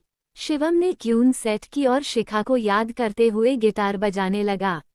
मेरी बेचैनियों को चैन मिल जाए, तेरा चेहरा जब नजर आए, तेरा चेहरा जब नजर आए, मेरे दीवानेपन को सब्र मिल जाए। तेरा चेहरा जब नजर आए। उसकी गाने की आवाज सब सुन रहे थे। ऋद्विमा भी गार्डन में बैठी शिव को याद कर रही थी। उसने भी आंखें बंद की और शिव का चेहरा देखने लगी। जिक्र तुम्हारा जब जब होता है, देखो ना आंखों से भीगा भीगा प्यार बेह जाता है। मेरी तन्हाइयों को नूर मिल जाए, तेरा चेहरा जब नजर आए। तेरा चेहरा जब नजर आए। शिवम ने आंखें खोलकर आसमान में आए चांद को देखा और गाया, मैं रात दिन ये दुआ करे, तेरे लिए मैं जीऊं महे, चारों पहर तुझे देखा करूं, मेरा जहां ये तुझ पे फना करूं। शिवम को चांद में उसका और शिखा का हॉट बलून में किस करना दिख रहा था। वो उस पल को याद करते हुए गाया, जिक्र तुम्हारा जब जब होता है, देखो ना होठों पे तेरा एहसास रह जाता है। मेरे हर रास्ते को मंजिल मिल जाए, तेरा चेहरा जब नजर आए। तेरा चेहरा जब नजर आए। छाया भी अपनी बालकनी में खड़ी थी। मनन ने उसे पीछे से अपनी बाहों में भर लिया तो छाया उसके तरफ पलटकर बोली, दी को नहीं जाना चाहिए था मनन जी। वो जीजूमन उसका चेहरा अपने हाथों में भरते हुए बोला, भाभी जहाँ भी होगी एक दिन लौट कर जरूर आएगी। भाई का प्यार उन्हें वापस आने पर मजबूर कर देगा। उसने छाया को कसकर गले से लगा लिया तो छाया ने भी अपना चेहरा उसके सीने में छिपा लिया। बेरंग हवाएं मुझे ना जाने दे गई सदा क्या अभी अभी, है सरफरोशी ये आशिकी भी, जाएगी जान मेरी इसमें कभी। जिक्र तुम्हारा जब जब होता है, देखो ना हर लम्हा तेरी दास्तां कह जाता है। शिवम ने गिटार साइड में रखा और झूले पर लेटकर चांद देखने लगा। वहीं रिद्धिमा भी गार्डन से अपने रूम में आई और बेड पर लेट गई। मेरी हर एक तड़प को सुकून मिल जाए, तेरा चेहरा जब नजर आए। तेरा चेहरा जब नजर आए। उन दोनों को मनदीप और दुर्गा देख और सुन रहे थे। एस इंडस्ट्री से वापस आने के बाद अयान ने शिवम को शिव की डेथ बॉडी के बारे में बताया था, जिसके बारे में शिखा ने उसे कहने को कहा था। राजेश ने शिव की डेथ बॉडी बर्फ में रखी थी। शिवम शिव की बॉडी को शमशान घाट लेकर गया और पूरे नियम से शिव का दाह संस्कार किया था। उसके बाद से ही शिवम ने खुद को खुद में ही समेट कर रखने रखा था। कुछ दिन शिखा के न आने पर दुर्गा ने अयान और रोहन से पूछा तो दोनों ने उसे और पूरे परिवार को सब कुछ सच सच बता दिया था।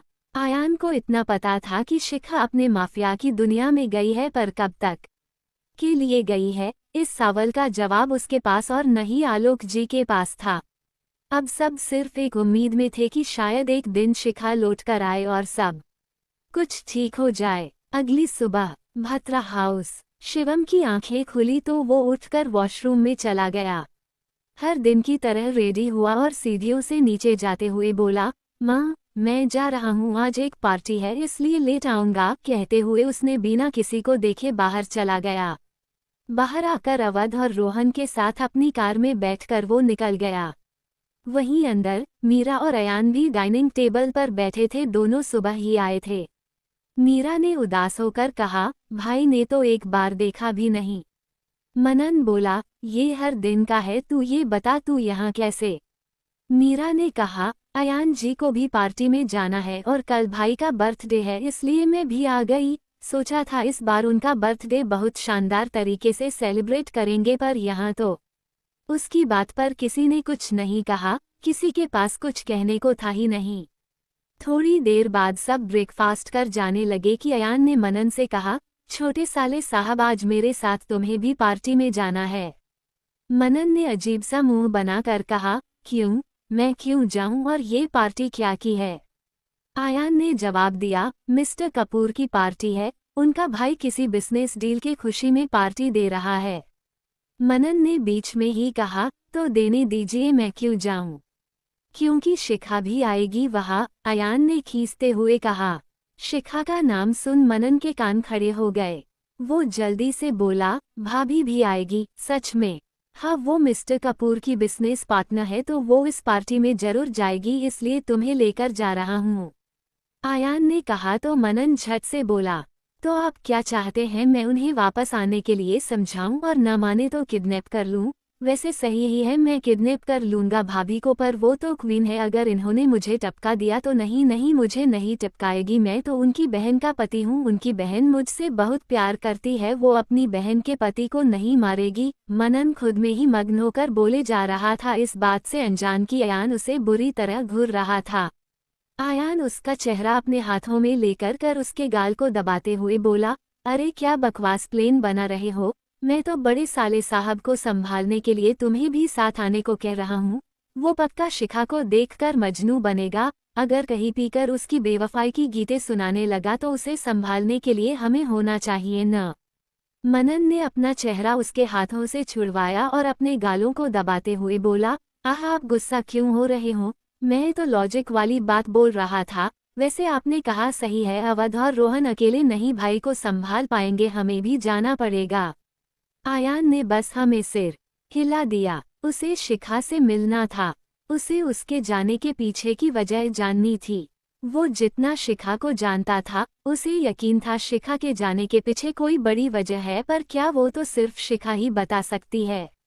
रात का वक्त, शिवम अपने कैबिन में बने रूम में ही रेडी हो रहा था।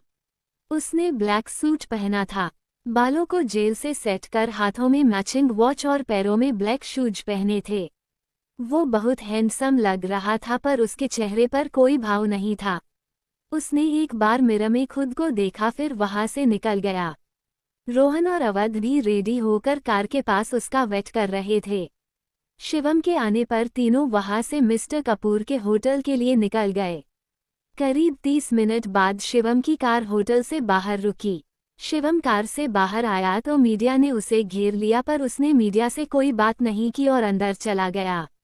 पार्टी अपने जोरों शोरों पर थी, 10 बज चुके थे और सारे मेहमान आ चुके थे। शिवम मिस्टर कपूर से मिलकर ड्रिंकिंग एरिया में बैठकर ड्रिंक कर रहा था, पर उसकी आंखें चारों तरफ घूम रही थी। वो भी जानता था शिखा यहाँ जरूर आएगी। आयान और मनन भी आए और रोहन और अवध के पास खड़े हो गए। चारों की नजरें भी शिखा को ढूंढ रही थी। वहीं होटल के 5th फ्लोर पर एक लड़की विंडो के पास खड़ी नीचे देख रही थी। उसकी नीली आंखें ऊपर से पूरे पार्टी को ऑब्जर्व कर रही थी। तभी उसके रूम का डोर ओपन हुआ और एक गार्ड ने अंदर आकर कहा, ऑल सेट मैम। उस लड़की ने सिर हिलाया और रूम से निकल गई। नीचे पार्टी एरिया में मनन ने कहा है भाभी, आ क्यों नहीं रही है, एक काम करते हैं, हम सब अलग अलग होकर उन्हें ढूंढते हैं, जिसे भी दिख गई वहीं उन्हें पकड़कर खड़ा हो जाना। रोहन उसकी बात पर बोला, हाँ, ताकि वहीं से हमारी ऊपर की टिकट कट जाए। आयान ने कहा, छोटे साले साहब कह सही रहे हैं, हमें अलग अलग देखना चाहिए। सबने उसकी बात पर सिर हिलाया और अलग होने लगे कि कुछ आवाज सुनकर सब रुक गए। सबने पीछे पलटकर देखा तो मनन और रोहन की आंखें बड़ी हो गई, वहीं अयान और अवध के होठों पर मुस्कान आ गई। अवध ने कहा, आ गई मैडम। आवाज सुन शिवम ने भी पलटकर देखा तो उसके आंखों को जैसे सुकून मिल गया। सामने से शिखा आ रही थी, उसके साथ 4 बॉडीगार्ड चल रहे थे। प्रदीप के मरने के बाद उसने अपना फेस रिव्यू कर दिया था। अब बड़े बड़े बिजनेसमैन और अंडरवर्ल्ड के लोग जानते थे कि शिखा ही सूर्या की बेटी दी माफिया क्वीन है। शिवम उसे नीचे से ऊपर तक देखने लगा। शिखा ने पैरों में ब्लैक हील्स पहन रखी थी। उसने ब्लैक स्ट्रैप वाली गाउन जिसके थाई से कट था पहन रखा था। एक हाथ में डायमंड ब्रेसलेट थी और दूसरे हाथ में सिल्वर हैंडपस था। उसके बाल मैसी बन में गिरफ्त थे और चेहरे पर 2 लट्ठे गिरे हुए थे। कानों में डायमंड इयररिंग थी, होठों पर डार्क लिपस्टिक और लाइट मेकअप। आज शिखा पूरी तरह माफिया क्वीन लग रही थी। उसके चेहरे पर उसका एटीट्यूड था, एक कॉन्फिडेंस था जिसे देखकर किसी की हिम्मत उससे टकराने की नहीं होने वाली थी। शिवम ने उसे एक बार अच्छी तरह देखा, फिर पलटने को हुआ कि उसकी नज़र शिखा के गले पर गई। शिखा के गले में अब भी उसका दिया एसबी का लॉकेट था, जो अच्छे से शो हो रहा था। शिवम लॉकेट को देखकर सोचने पर मजबूर हो गया कि आखिर शिखा ने अब भी लॉकेट पहन कर क्यों रखा था। वहीं उसके बगल में ही 2 बिजनेसमैन शिखा को देख रहे थे। एक ने कहा, क्वीन बहुत खूबसूरत है। दूसरे ने अपनी ड्रिंक की सिप लेते हुए बोला, हाँ, पर इनके गले में देखो, लगता है ये किसी के साथ कॉम्पिटिट है। शिवम उनकी बात सुन मन में बोला, ओह तो इसलिए बीवी ने लॉकेट पहन रखा है, बहुत तेज है। उसके चेहरे पर आज कई दिनों बाद छोटी सही पर मुस्कान आ गई थी। आयान ने सबका मुंह बंद किया और कहा, अरे बेशर्मो ऐसे मत देखो उसे, उसके पति को पता चला न तो यही दफना देगा। दोनों उसकी बात सुन जल्दी से अपना मुंह बंद कर ठीक से खड़े हो गए।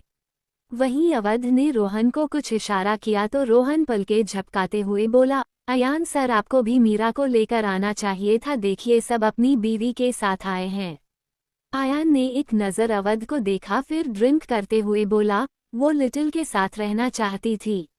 रोहन ने सिर हिलाया तो अवध पलट गया और जूस पीने लगा। मनन कुछ सोच रहा था, अचानक उसके दिमाग की बत्ती जली और वो सीधा मिस्टर कपूर के पास गया और उन्हें कुछ कहा। मिस्टर कपूर ने सिर हिलाया और शिवम के पास चले गए। शिवम ने उन्हें देखा तो कहा, मिस्टर भत्रा मैंने सुना है आप बहुत अच्छा गाते हैं, कुछ गाकर हमें भी सुनाइए न। शिवम ने सिर हिलाया तो मिस्टर कपूर ने एक गार्ड को इशारा किया। गार्ड ने माइक लाकर उन्हें दिया। मिस्टर कपूर माइक में बोले, अटेंशन एवरीवन, आज हमारे बीच इंडिया के बिजनेस टायकून शिवम भत्रा भी मौजूद है। शायद आप सबको पता न हो पर ये एक अच्छे बिजनेसमैन के साथ एक अच्छे सिंगर भी है और आज मेरी बात मानकर ये हमें एक गाना सुनाने वाले हैं। सबने उनकी अनाउंसमेंट पर ताली बजाई तो शिवम ने गार्ड से गिटार ली और बजाना स्टार्ट किया।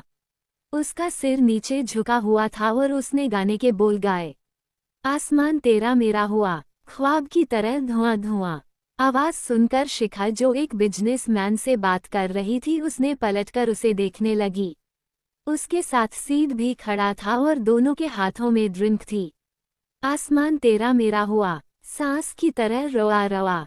शिवम ने सिर उठाया तो उसकी आंखें शिखा की नीली आंखों से जा मिली।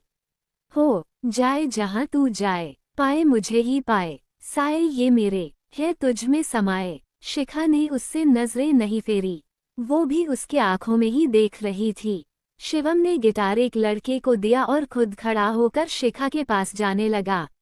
सयारा मैं सयारा, सयारा तू सयारा, सितारों के जहां में मिलेंगे अब यारा। सयारा मैं सयारा, सयारा तू सयारा, सितारों के जहां में मिलेंगे अब यारा। शिवम उसके सामने आकर रुक गया। वहीं साइड स्टेज पर खड़ी लड़की ने आगे की लाइन गाई, तू जो मिला तो यूं हुआ, हो गई पूरी अधूरी सी दुआ। तू जो गया तो ले गया संग तेरे, मेरे जीने की हर वजह। दोनों की आंखें एक दूसरे पर जमी हुई थी। शिवम आगे के लाइन गाए और एक कदम बढ़कर शिखा के तरफ डांस के लिए हाथ बढ़ा दिया। शिखा ने भी उसके हाथ पर अपना हाथ रख दिया और दोनों डांस करने लगे। वहीं सीड पहले ही साइड हो चुका था। मनन ने उन्हें देख खुद पर प्राउड करते हुए कहा, देखा लक्ष्मण ने मिला दिया न अपने भाई भाभी को। उसकी बात पर तीनों मुस्कुरा दिए।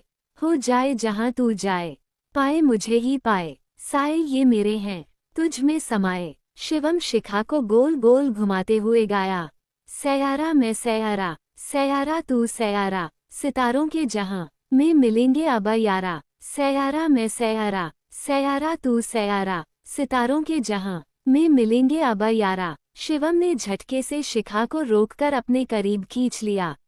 शिखा के हाथ उसके सीने पर स्टेबल हो गए थे। शिखा ने एक पैर पीछे किया तो शिवम ने भी अपना वही पैर पीछे किया और दोनों 4 कदम यूं ही पीछे हो डांस करने लगे।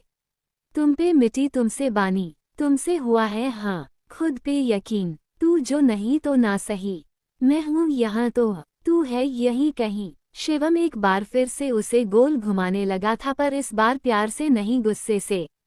हो जाए जहां तू जाए, पाए मुझे ही पाए, साए ये मेरे हैं तुझ में समाए। सयारा मैं सयारा, सयारा तू सयारा। शिवम ने उसे एकदम से छोड़ दिया जिससे शिखा गिरने को हुई पर उससे पहले शिवम ने उसे कमर से पकड़कर रोक लिया। उसने उसे सही से खड़ा किया और पलटकर जाने लगा। सितारों के जहां में मिलेंगे अब यारा। सयारा मैं सयारा, सयारा तू सयारा, सितारों के जहां में मिलेंगे अब यारा। गाना खत्म होने पर सब ताली बजाने लगे थे। सबकी नजरें उस पर ही टिकी थी। शिवम काफी आगे आ चुका था। उसने एक बार पीछे पलटकर देखा तो उसे शिखा उसी जगह पर खड़ी दिखी, पर उसे देख शिवम के एक्सप्रेशन बदल गए। वो जल्दी से पूरी तरह से पलटकर खड़ा हो गया। शिखा ने अपना एक हाथ अपने पेट पर रखा था और सिर घुमाकर जाने लगी थी। शिवम उसे रोकने के लिए आगे आया, पर तब तक कई लोग उसके सामने आ गए थे। जब शिवम ने सबको एक्सक्यूज मी कहकर आगे आया, तब तक शिखा वहां से गायब हो चुकी थी। पार्टी में शिवम ने शिखा को हर जगह ढूंढ लिया था, पर वो उसे कहीं नहीं मिली थी। थक हार कर वो फिर से अपनी जगह पर बैठकर ड्रिंक करने लगा था। आयान, रोहन, अवध और मनन ने भी शिखा को ढूंढने की बहुत कोशिश की थी, पर वो किसी को नहीं मिली थी। वो लोग भी शिवम के साथ बैठकर जूस पीने लगे थे। वहीं दूसरी तरफ एक ब्लैक BMW में शिखा बैकसीट पर बैठी विंडो से बाहर देख रही थी। कार सीट ड्राइव कर रहा था। उसने कहा, अब आगे क्या करना है? 1 महीने से ज्यादा हो गया, पर उसका बेटा और पोता कहीं नहीं मिला। पता नहीं दोनों कहाँ छिपे बैठे हैं। शिखा ने आंखें बंद की और कहा, भात्रा हाउस चलो। सीड उसकी बात पर हल्का मुस्कुराया और बोला, ओके, पर आगे का क्या? खेल खत्म नहीं हुआ है आज, नहीं तो कल वो बदला लेने जरूर आएगा। उसकी बात सुन शिखा के होठों पर मिस्टीरियस स्माइल आ गई। वो बोली, उसकी टेंशन तुम मत लो, वेल कांग्रेस, तुम पापा बनने वाले हो। सीड मुस्कुराते हुए बोला, थैंक्स यू, वैसे अब तुम्हें भी बेबी प्लेन कर लेना चाहिए। शिखा ने कुछ नहीं कहा और आंखें बंद किए कुछ सोचने लगी, पर उसके होठों पर मुस्कान कायम थी। सीड ने उसे मिरर में देखा और मुस्कुराते हुए सिर हिला दिया। रात के 12 बजने को थे कि भत्रा हाउस के बाहर 2 कार्स आकर रुकी। पहली कार से शिवम अपने लखड़ाते कदमों से बाहर आया और अंदर जाने लगा। उसके पीछे बाकी चारों भी आए और अंदर गए। मनन ने शिवम को संभलना चाहा, पर शिवम ने हाथ दिखाकर उसे मना कर दिया। सब अंदर आए तो देखा हॉल में घना अंधेरा था, जबकि हमेशा डिम लाइट जला करती थी।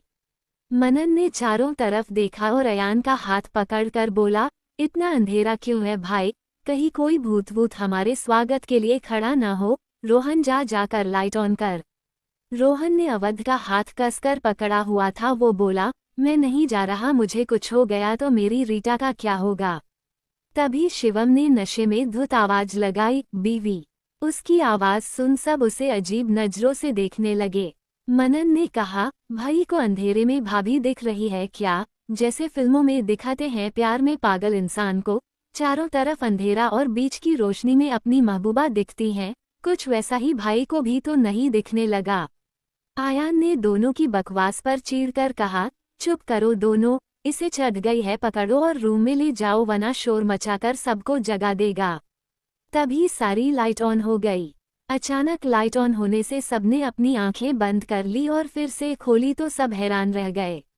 पूरा घर बलून से भरा हुआ था और सारे घर वाले लाइन में खड़े थे। शिवम को छोड़कर बाकी सारे लड़के हैरानी से सब कुछ देख रहे थे। मनन ने शिवम से कुछ कहने को उसके तरफ पलटा कि उसकी आंखें हैरानी से बड़ी हो गई। उसने जोर से रोहन को चुटकी काटी तो रोहन अपना हाथ सहलाते हुए पीछे पलटा। उसने भी सामने देखा तो उसका भी मुंह खुला का खुला रह गया। दोनों ने अवध और अयान को भी पीछे देखने को कहा। दोनों ने भी पलटकर देखा तो दोनों के चेहरे पर मुस्कान आ गई। सीढ़ियों के पास सेंटर में शिखा खड़ी थी। उसने प्लेन पिंक और वाइट कॉम्बिनेशन की साड़ी पहनी थी। उसने बालों को भी खोलकर रखा था और अपना मेकअप रिमूव कर लिया था, पर सिंपल में भी वो बहुत खूबसूरत लग रही थी। सब लोग शिवम और शिखा को देख रहे थे। सबको थोड़ा डर भी लग रहा था कि कहीं शिवम गुस्सा न हो जाए, पर सबकी सोच से उलट शिवम ने शिखा के तरफ अपने कदम बढ़ाए। शिखा के चेहरे पर छोटी सी मुस्कान थी और वो शिवम की आंखों में ही देख रही थी, पर शिवम की आंखें उसके चेहरे पर न होकर कहीं और ही टिकी थी। शिवम उसके पास गया और उसके सामने घुटनों के बल बैठकर उसके कमर को पकड़कर उसके पेट को देखते हुए बोला, आप ठीक तो हो न बच्चे? इस लेडी मोकेम्बो ने आपका ठीक से ख्याल तो रखा ना? अगर नहीं रखा है तो कोई बात नहीं, अब पापा के पास आप आ गई हो ना, अब से पापा आपका ख्याल रखेंगे, आपको खूब सारा प्यार देंगे, बस आप अपनी लेडी मोकेम्बो मम्मा की तरह पापा को छोड़कर मत जाना, ओके? कहते हुए शिवम ने कस कस शिखा के कमर को हग कर लिया। वो पूरी तरह नशे में चूर था, उसे कुछ होश नहीं था कि वो क्या बोले जा रहा है। वहीं सब शॉक्ड होकर उन्हें देख रहे थे। मनन एकदम से चिल्लाते हुए बोला, मैं चाचा बनने वाला हूँ। उसने अयान को हग किया तो अयान ने भी उसे हग बैक किया। उसके होठों पर भी मुस्कान आ गई थी, वो भी खुश था। रोहन ने कहा, मतलब हमें नए बॉस मिलने वाले हैं, हमारे जूनियर बॉस आने वाले हैं। वो और अवध भी खुशी से एक दूसरे के गले लग गए। आरुष और आलोक जी भी आए थे। आलोक जी ने मनदीप से कहा, अरे यार तू दादा बनने वाला है और मैं नाना बनने वाला हूँ। दुर्गा, रिद्धिमा, इमली, मीरा, रीटा और छाया सब खुश हो गए। सब एक दूसरे से गले मिलकर एक दूसरे को बधाई दे रहे थे। वहीं शिखा सबको हैरानी से देख रही थी। वो एकदम से बोली, अरे आप सब। इससे पहले कि वो अपनी बात पूरी करती शिवम ने उसे डांटते हुए कहा, चुप, एकदम चुप। उसने जोर से चिल्लाया था, जिसकी आवाज सुन सब शांत हो गए। शिखा भी चुप होकर उसे देखने लगी। शिवम ने सिर उठाकर उसे देखा और कहा, तुम अब से कुछ नहीं बोलोगी। सब मेरे बच्चे के लिए खुश हैं, पर तुम खुश नहीं लग रही। मत हो खुश, पर सबको होने दो, समझी लेडी मोकेम्बो। लेडी मोकेम्बो सुनकर सब दबी दबी आवाज में हंसने लगे थे। शिखा शिवम की बात सुन आंखें छोटी कर उसे घूरने लगी थी। उसने खुद को छुड़वाते हुए कहा, छोड़ो मुझे बेवकूफ इंसान, क्या बोले जा रहे हो तुम? किसने कहा कि मैं प्रेग्नेंट हूँ? शिवम उसकी बात पर उसके पेट पर किस करते हुए बोला, मैंने देखा था पार्टी में तुमने अपने पेट पर हाथ रखा था। उसने फिर से शिखा के पेट पर किस किया। उसे बिल्कुल भी होश नहीं था कि वहाँ बाकी सब भी है। मनदीप और आलोक जी ने सिर घुमा लिया था। मनदीप खसते हुए बोले, शिवम यहाँ हम भी हैं, तुमसे संभलती नहीं है तो क्यों पीते हो? वो और आलोक जी जाने को हुए कि शिखा ने एकदम से कहा, मैं प्रेग्नेंट नहीं हूँ, इसे कोई मिसअंडरस्टैंडिंग हो रही है। दी आप प्रेग्नेंट नहीं हो? छाया ने चौंकते हुए कहा तो शिखा ने कहा, मैंने अभी यही कहा छाया, मैं प्रेग्नेंट नहीं हूँ। शिवम उसकी बात पर खड़ा होते हुए बोला, झूठ मत बोलो, मैंने देखा था तुमने अपने पेट पर हाथ रखा था। शिखा को अब बहुत गुस्सा आ रहा था। वो दांत पिसते हुए बोली, पेट पर हाथ रखने का मतलब हर बार प्रेग्नेंट होना नहीं होता है, बेवकूफ इंसान। उसकी बात सुन शिवम उदास होकर बोला, ऐसा क्या, पर तुम क्यों नहीं हो प्रेग्नेंट और तुमने हाथ क्यों रखा था अपने पेट पर? शिखा ने गहरी सांस ली और खुद को शांत करते हुए कहा, मैंने रूम में बैठे बैठे बहुत सारा खाना खा लिया था और तुमने उतने जोर से मुझे गोल गोल घुमाया तो मेरे पेट में हल्का दर्द होने लगा, बस इसलिए मेरा हाथ मेरे पेट पर चला गया। फिर उसने धीरे से शिवम से कहा, पर तुम चाहो तो मैं प्रेग्नेंट हो सकती हूँ, हम बेबी प्लेन कर सकते हैं। उसकी बात सिर्फ शिवम ने सुनी थी। शिवम ने उसे देखा तो शिखा मुस्कुराते हुए उसे ही देख रही थी। उसकी बातें सुन और उसका मुस्कुराता चेहरा देखकर शिवम के होठों पर भी मुस्कान आ गई। उसने झट से हाँ में सिर हिलाया और झुककर शिखा के होठों पर अपने होंठ रख दिए। उन्हें देख सबकी आंखें बड़ी हो गई। वहीं शिखा ने जोर से उसे धक्का दिया। शिवम उसके धक्का देने पर नाराज होते हुए बोला, अब क्या है, अभी तो तुमने कहा कि बेबी प्लेन। शिखा ने झट से उसके होठों पर हाथ रख उसे आंखें दिखाई तो शिवम उसे सवालिया नजरों से देखने लगा। वहीं उन्हें देख मनदीप, आलोक, दुर्गा और रिद्धिमा अपने अपने कमरे में चले गए। उनके जाने के बाद शिखा ने अपना हाथ हटाया और कहा, तुम सच में बेवकूफ हो, बड़े ससुर जी और विधायक जी के सामने मुझे किस कर रहे थे। शिवम मुस्कुराते हुए बोला, अच्छा अब तो वो लोग चले गए न, तो अब करने दो मुझे किस। शिखा ने उसे देखा, फिर उसके कोट को दोनों हाथों से पकड़कर उसे नीचे झुकाया। शिवम उसके इस एक्शन से हैरान रह गया था, पर शिखा ने बिना टाइम वेस्ट किए उसके होठों पर अपने होंठ रख दिए और उसे किस करने लगी। धीरे धीरे उसके हाथ उसके कोट को छोड़कर उसके गले के चारों तरफ लिपट गए और वो पूरी दुनिया को भूलकर उसे किस करने में खो गई। शिवम ने भी उसे कमर से थाम रखा था और दोनों एक दूसरे के बेहद करीब खड़े होकर एक दूसरे को किस कर रहे थे। सब उन्हें आंखें फाड़े देख रहे थे, पर सब छोटे थे इसलिए शिखा को उन सब से कोई फर्क नहीं पड़ रहा था। पर आरुष को उन्हें देख शर्म आ रही थी। उसने सिर घुमाया तो इमली को देखा, जो अपने चेहरे पर बड़ी सी मुस्कान लिए उन्हें किस करते हुए देख रही थी। आरुष ने झट से उसका हाथ पकड़ा और कहा, बड़ी बेशर्म हो तुम, कहते हुए वो उसे अपने साथ ले गया। अवध ने भी अपने पैर पीछे ले लिए और वो भी बाहर निकल गया। रीटा ने रोहन को देखा और इशारों इशारों में उसे दूसरे तरफ आने को कहा। रोहन भी उसका इशारा समझकर वहां से निकल गया। मनन ने भी छाया का हाथ पकड़कर वहां से निकल गया। उसके जाते ही अयान ने मीरा को इशारा किया और दोनों गार्डन में आ गए। एक लॉन्ग डिप किस करने के बाद दोनों ने एक दूसरे को होठों को रिहा किया और आंखें बंद किए ही एक दूसरे से सिर टिकाकर खड़े हो गए। दोनों लंबी लंबी सांसें ले रहे थे। शिवम खुद को कंट्रोल करते हुए बोला, पास दूर जाने के लिए तो नहीं आई हो न बीवी। शिखा ने आंखें खोलकर उसे देखा तो शिवम ने भी अपनी आंखें खोल ली और दोनों एक दूसरे के आंखों में देखने लगे। शिखा सीरियस होकर बोली, नहीं अब कभी नहीं जाऊंगी, तुम जाना चाहो तो तुम्हें जाने भी नहीं दूंगी और न ही खुद जाऊंगी।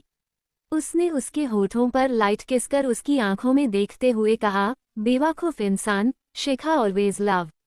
शिवम, आई नो आज तक कहा नहीं पर अब कह रही हूँ, I love you so much, very much and too much, मेरे बेवकूफ इंसान। उसका कन्फेशन सुनकर शिवम के दिल को आज सुकून मिलने लगा था। उसने झट से शिखा को गोद में उठाया और रूम में ले जाने लगा। शिखा उसके उठाने पर थोड़ा घबरा गई और बोली, गिरा मत देना, तुम होश में नहीं हो। शिवम मुस्कुराते हुए बोला, कभी नहीं गिराऊंगा बीवी, ट्रस्ट मी। शिखा ने उसे कसकर पकड़ लिया और मुस्कुराते हुए उसके गाल और पूरे चेहरे पर किस करने लगी। शिवम आज बहुत खुश था। वो रूम में आया और डोर बंद कर बेड के तरफ बढ़ गया। वही शिखा अब किस करते हुए उसके गले तक आ गई थी। वो उसके शर्ट के बटन खोलने लगी थी जिससे शिवम पागल होने लगा था। वो शिखा को बेड पर लेटाने को हुआ कि अचानक शिखा ने कहा, रुको पहले एक बात बताओ। शिवम रुक गया और आंखों से पूछा तो शिखा बोली, उस सायरा बायरा के बारे में तो मुझे पता है, वो अपने बॉयफ्रेंड से शादी कर रही है। तुमने उसे मुझे जलाने के लिए बुलाया था, पर उस दिन कबर्ड में क्या था जो तुमने मुझे देखने नहीं दिया। शिवम ने उसे बेड पर लेटाया और उसके ऊपर आकर बोला, बताऊं। शिखा ने हमें सिर हिलाया तो शिवम उसके नोज पर अपना नोज रब करते हुए बोला, सच में बताऊं। शिखा अब चीरकर बोली, हाँ बताओ क्या था वहाँ। शिवम ने उसके होठों पर किस किया और उसके बालों में अपना चेहरा छिपाते हुए बोला, नहीं बताऊंगा, मेरी मर्जी में नहीं बताऊंगा। शिखा का अब दिमाग खराब हो गया। उसने उसे जोर से धक्का देना चाहा कि उसे फील हुआ शिवम सो चुका है। शिखा ये फील करते ही मुस्कुरा दी और उसे कसकर गले लगाकर आंखें बंद कर ली। रोमांस ही रोमांस। सीड अपने घर आया तो हॉल में उसका वेट कर रही उसकी वाइफ टिया मिली। टिया उसे देख खड़ी हो गई और उसके पास जाकर बोली, आज भी लेट हो गए तुम।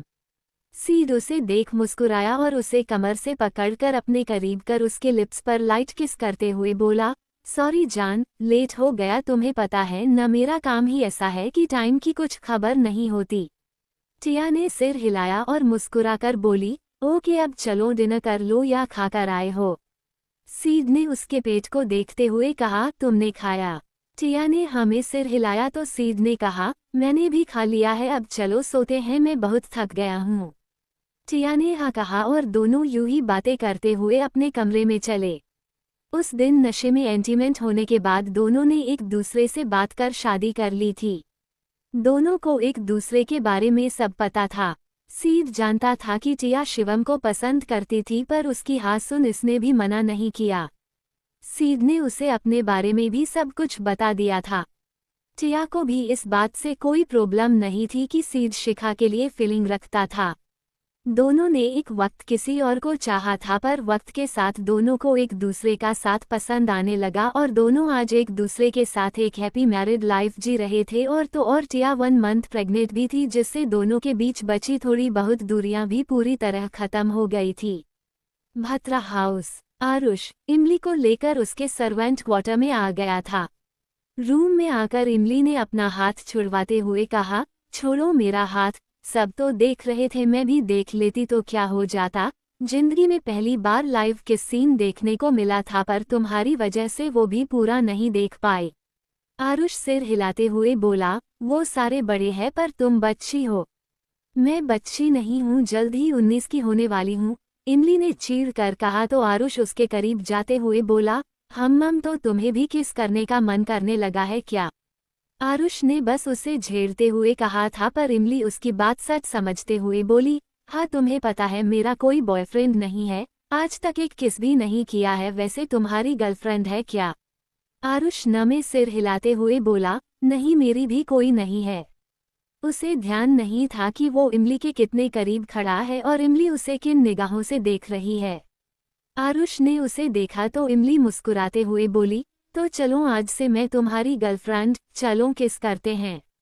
आरुष उसकी बात सुन भौचक्का रह गया। वो कुछ बोलता उससे पहले इमली ने उसके शर्ट को पकड़कर उसे नीचे झुकाया और उसके लिप्स को अपने लिप्स में लॉक कर उसे किस करने लगी। आरुष की भी ये पहली किस थी। पहले तो उसे कुछ समझ नहीं आया, पर घिरे घिरे इमली की किस में वो भी बहकने लगा और उसके किस में इन्वॉल्व हो गया। दूसरी तरफ रोहन ने अपनी गोद में रीटा को उठाया हुआ था। दोनों के होठ एक दूसरे में उलझे हुए थे। रीटा के पैर रोहन के कमर पर लपटे हुए थे और रोहन उसे किस करते हुए ही अपनी बाहों में उठाए अपने कमरे में जा रहा था। रोहन ने उसे बेड पर लेटाया और खुद उसके ऊपर आकर एक फिर से उसे किस करने लगा। वही रीटा के हाथ उसके बटन खोलने में लगे थे। रोहन ने एकदम से उसके हाथ पकड़ लिए और कहा, रीटा अभी हमारी शादी नहीं हुई है।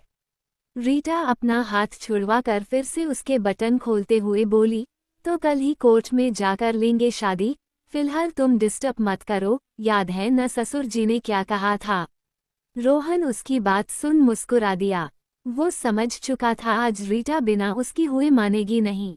अब रोहन को भी कोई प्रॉब्लम नहीं थी, क्योंकि अवध ने दोनों के रिश्ते को एक्सेप्ट कर लिया था और राजेश ने भी तो रीटा से शादी करने को कहा था। रोहन ने कुछ नहीं कहा और अपनी शर्ट उतारकर उसके गले पर किस करने लगा। घिरे घिरे दोनों अपनी दुनिया में खो गए। मनन और छाया भी अपने कमरे में थे।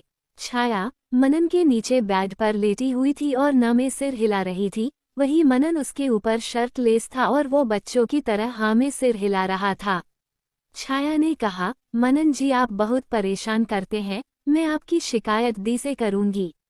मनन आंखें बड़ी कर बोला, कैसी वाइफ हो तुम? अपनी दीदी और मेरी भाभी की धमकी दे रही हो? यार मैं तुम्हारा पति हूँ। हाँ इसलिए तो बोल रही हूँ, आप बहुत परेशान करते हैं। छाया ने कहा तो मनन ने कहा, ओके आज ज़्यादा परेशान नहीं करूँगा, अब प्लीज़ कंटिन्यू करने दो। सब अपने अपने कमरे में रोमांस कर रहे हैं, मैं ही पीछे हूँ। छाया उसकी बात सुन मुस्कुरा दी और हाँ में पलके झपका दी।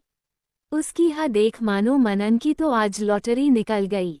वो छोटे बच्चों की तरह खुश हो गया और छाया के पूरे चेहरे पर किस करते हुए उसे थैंक्स कहने लगा।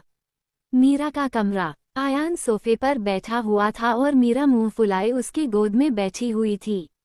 आयान उसके गाल पिंच करते हुए बोला, don't do this cutie pie, जाना जरूरी है, विधायक जी के चुनाव है।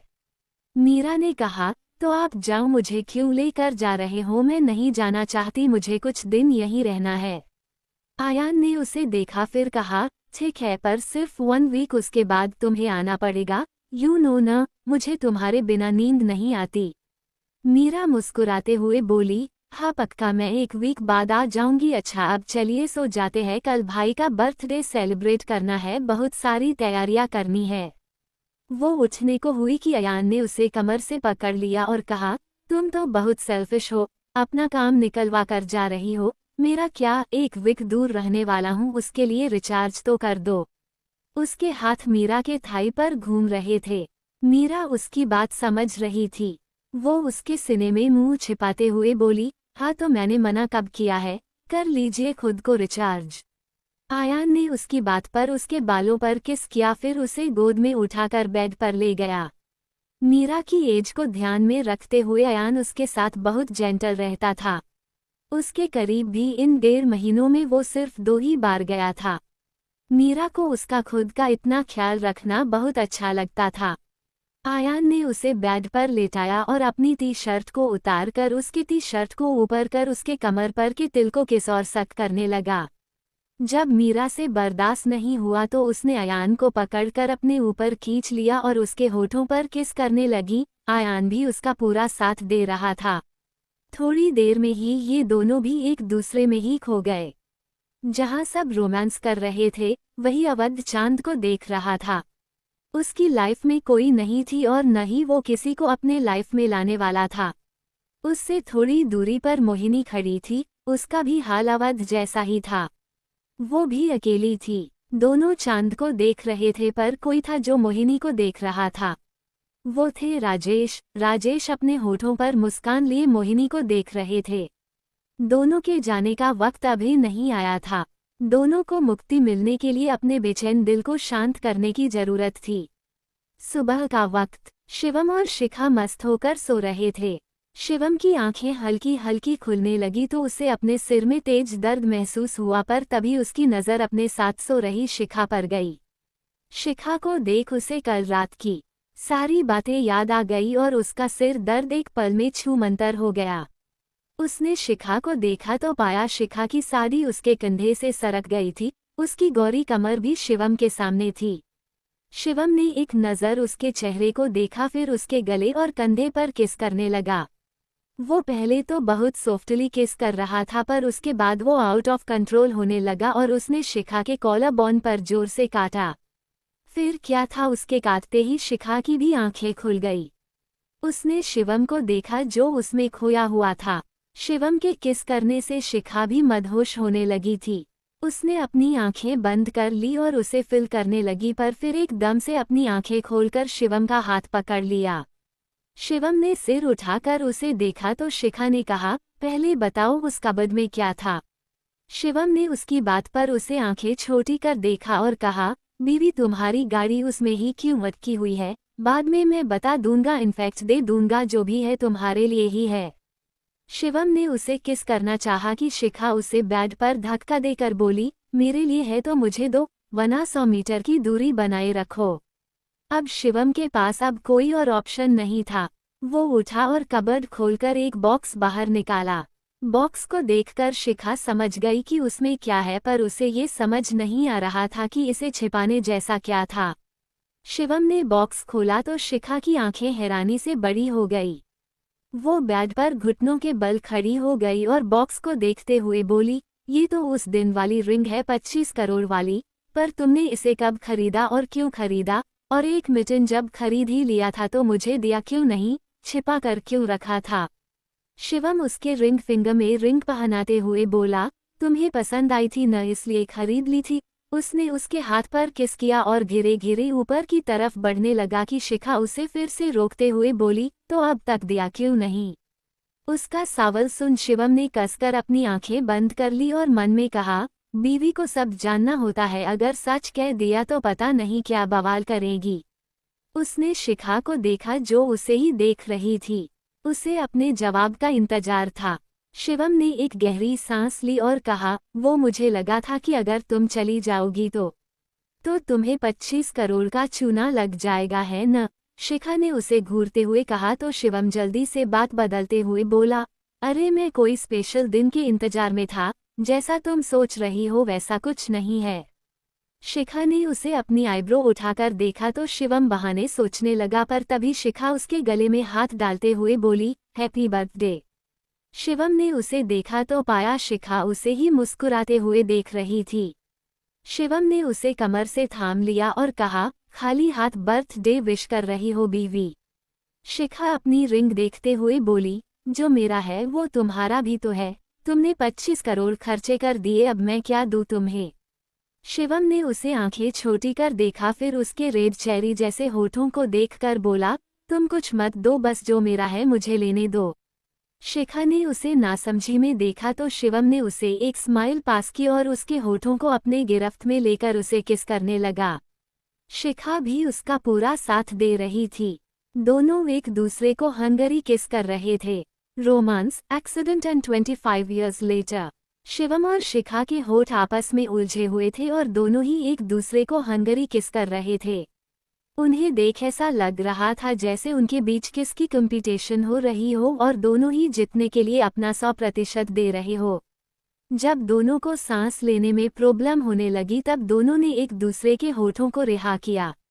शिखा बेड पर आलथी पालथी करके बैठ गई और अपनी बेकाबू सांसों को काबू करने लगी। वही शिवम खड़ा होकर उसे ही देख रहा था। उसके नजरें शिखा के चेहरे से होते हुए गले के नीचे जाकर अटक गई थी। वो भी शिखा के पीछे बेड पर बैठ गया और उसके बाल उसके कंधों से हटाते हुए उसके बैक पर किस करने लगा। उसकी किस इतनी प्यार भरी थी कि न चाहते हुए भी शिखा अपना कंट्रोल खोने लगी थी। वो अपने होठों को बाइट करने लगी और आंखें बंद कर आहें भरने लगी। शिवम ने किस करते हुए उसके ब्लाउज का डोर खोल दी और घिरे घिरे उसके ब्लाउज को सरकाते हुए उसके बॉडी से अलग कर दिया। शिखा ने इनर नहीं पहना था, जिस वजह से उसकी गौरी पीठ ब्लाउज के हटते ही शिवम के सामने आ गई थी।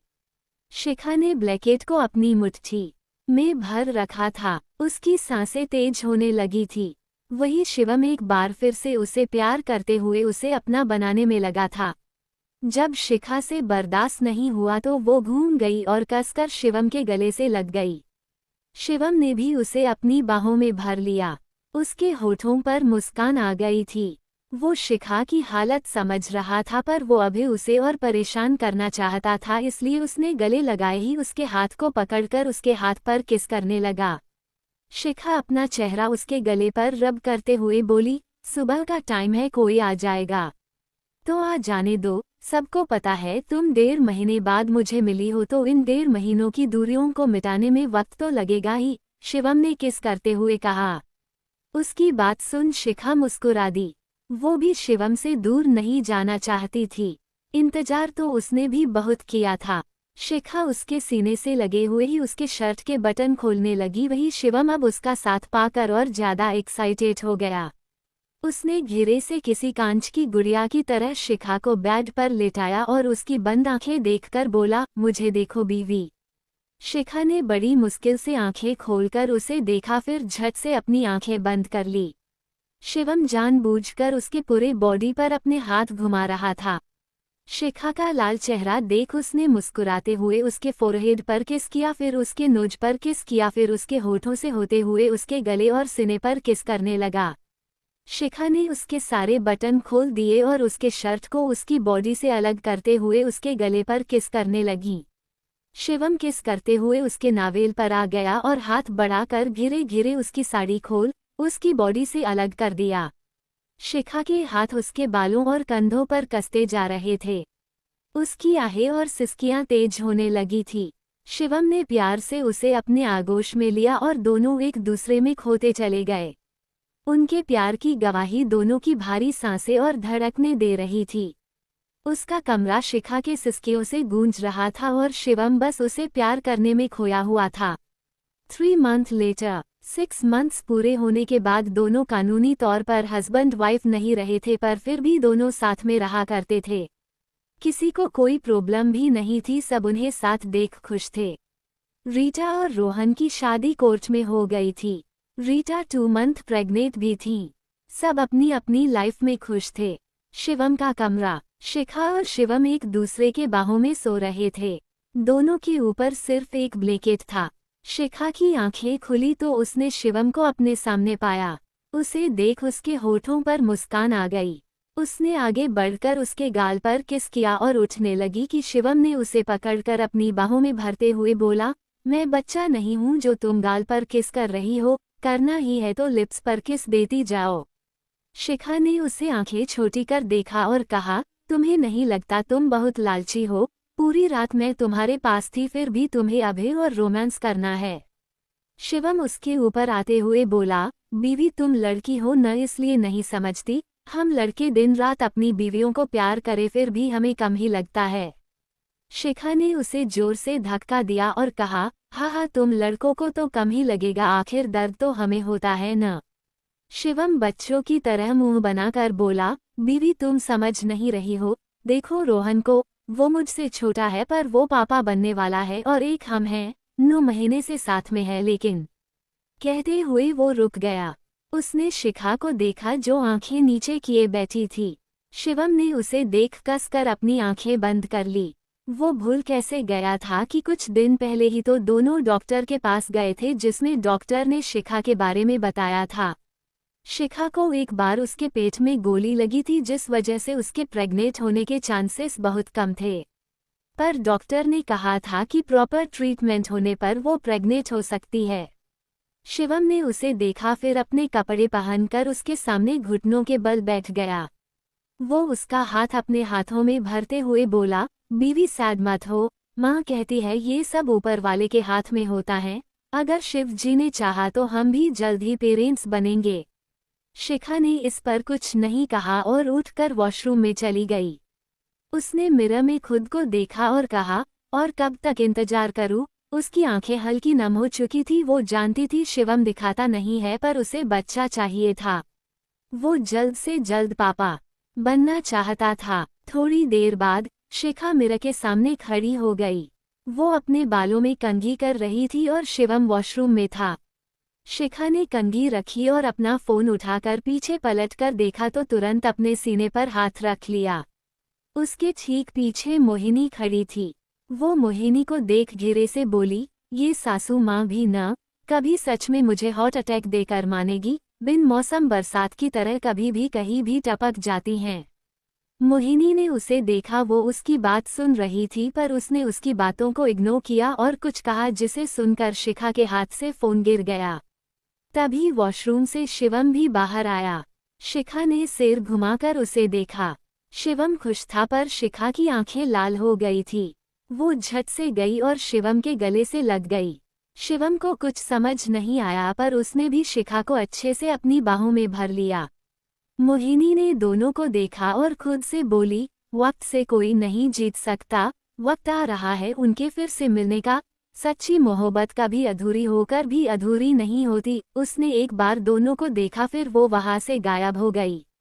वही एक मंदिर से कुछ दूरी पर एक कार उल्टी पलटी हुई थी। रोड पर खून के छींटे थे और आसपास लोग भीड़ इकट्ठा किए खड़े थे। कुछ लोग देखने जा रहे थे कि शायद कोई कार में बैठा शख्स जिंदा हो। तभी उनमें से एक आदमी ने अचानक कहा, कार में आग लग रही है, दूर हटो सब। उसकी बात सुन सब दूर हो गए और देखते ही देखते वो कार पूरी तरह आग के लपटों में आ गई। वही उनमें से एक आदमी ने जलती कार की वीडियो बनाई और किसी को सेंड कर वहां से निकल गया। राजेश और मोहिनी भी एक जगह खड़े होकर सब देख रहे थे, पर दोनों के चेहरे बिल्कुल शांत थे, जैसे उन्हें पता हो कि ये तो होना ही था। 25 years later, कहने को तो पलक झपकते ही वक्त गुजर जाता है, पर उस गुजरे वक्त में से कई अच्छे बुरे यादें हमें दे जाता है। इन 25 सालों में भी बहुत कुछ हुआ था, पर अभी और बहुत कुछ होना बाकी था। भत्रा हाउस, शिवम का कमरा। शिखा शिवम के बाहों में खड़ी थी। दोनों एक दूसरे को मिरर में देख रहे थे। शिवम ने मिरर में देखते हुए ही उसके कान पर किस किया तो शिखा ने कहा, बस भी करो, मैं समझ गई कि तुम में आज भी बहुत स्टैमिना है। शिवम मुस्कुराते हुए बोला, वो तो है, पर मेरी बीवी में अब वो बात नहीं रही जो पहले थी, लगता है उम्र का असर होने लगा है। शिखा का इतना सुनना था कि वो गुस्से से पीछे पलटी। उसने मिरर के पास रखी ऑयल की बोतल उठाई और शिवम के तरफ मारने को फेंका, पर शिवम को इन 25 सालों में आदत हो चुकी थी। उसने बोतल कैच कर ली और खुश होते हुए कहा, बीवी अब मैं तुमसे पीटने वाला नहीं हूँ, कुछ नया ट्राई करो यार। तभी उड़ता हुआ एक पिलो आया और उसके सिर पर लगा। उसने अपना सिर मलते हुए शिखा को देखा तो पाया कि अब शिखा के हाथ में एक और बोतल थी, जो कि बहुत बड़ी थी। उसे देख शिवम ने वहां से निकलने में ही अपनी भलाई समझी और वहां से तुरंत बाहर भाग गया। शिखा उसे जाते देख उसके पीछे जाने को हुई कि उसका फोन रिंग हुआ। उसने कॉलर आईडी देखी तो उसने झट से कॉल रिसीव किया और बालकनी में चली गई। करीब 1 घंटे बाद शिखा ने अपनी कार एसएस इंडस्ट्री के बाहर रोकी। अब एसएस इंडस्ट्री उसकी थी और वो उसे संभालती थी। वो अंदर गई और उस कैबिन में गई जहां सूर्या रहता था। उसने अपना बैग टेबल पर रखा और उस दीवार के सामने खड़ी हो गई जिस पर सूर्या और शिवानी बने हुए थे। वो हाथ बांधे दोनों को देखकर कुछ सोच रही थी। तभी किसी ने डोर नॉक किया। आवाज सुन शिखा के होठों पर मुस्कान आ गई। उसने अंदर आने को कहा तो कोई अंदर आया, पर शिखा पलटी नहीं थी। वो अब भी दीवार को ही देख रही थी। तभी पीछे से किसी लड़के की जोश से भरी आवाज आई, गुड मॉर्निंग। फिर उसने सोचते हुए कहा, मैं गुड मॉर्निंग के आगे क्या कहूँ? मैम तो मैं नहीं बोलने वाला, आंटी जैसी तो आप लगती नहीं हो। गुड मॉर्निंग सासू माँ बोलूं या गुड मॉर्निंग बहू बोलूं? उस लड़के की बात सुन शिखा की मुस्कान बड़ी हो गई और वो सिर हिलाते हुए पीछे पलट गई। Welcome back SS industry. Shikha मुस्कुराते हुए पीछे पलटकर उस लड़के को देखने लगी। वो लड़का भी अपने होठों पर मुस्कान लिए उसे देख रहा था। शिखा ने उसे ऊपर से नीचे तक देखते हुए कहा, वेलकम बैक ससुर जी। उसके सामने शिव खड़े थे, पर वो 24 साल के हैंडसम हॉट और बिंदास लड़के थे। वही नैन नक्श और वही हॉबी, आज भी उनकी रातें लड़कियों के बाहों में ही गुजरती थी। दिल से खुशमिजाज पर वही खतरनाक इरादे रखते थे। ये चमत्कार था या कुछ पता नहीं, पर शायद अपने अधूरे काम को पूरा करने के लिए वो धरती पर दोबारा आ गए थे।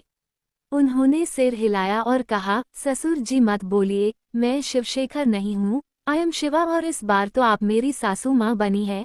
उसकी बात सुन शिखा की स्माइल गायब हो गई। वो उसे बुरी तरह घूरने लगी। शिवा उसके इस तरह देखने से सकपका गए और जल्दी से बोले, मेरा मतलब ये सारी बातें होती रहेगी, मुझे कुछ जरूरी बात करनी है आपसे। शिखा ने कुछ नहीं कहा और जाकर अपनी चेयर पर बैठ गई। शिवा भी उसके सामने वाली चेयर पर बैठ गए और कुछ कहने को हुए कि शिखा ने पहले ही कहा, सॉरी। उसकी बात सुन शिवा उसे देखने लगे। शिखा की आंखें नीचे थी और उसने दिल से सॉरी कहा था, जैसे वो किसी बहुत बड़ी गिल्ट में थी। शिवा ने गहरी सांस ली और कहा, आपको सॉरी कहने की जरूरत नहीं है, गलती आपकी नहीं थी, जो होना था हो गया और देखा जाए तो मेरे लिए अच्छा ही हुआ। शिखा कुछ पल चुप रही और फिर बोली, वैसे 10 साल बाद लौट रहे हैं आप, कुछ पता चला उन लोगों के बारे में आपको?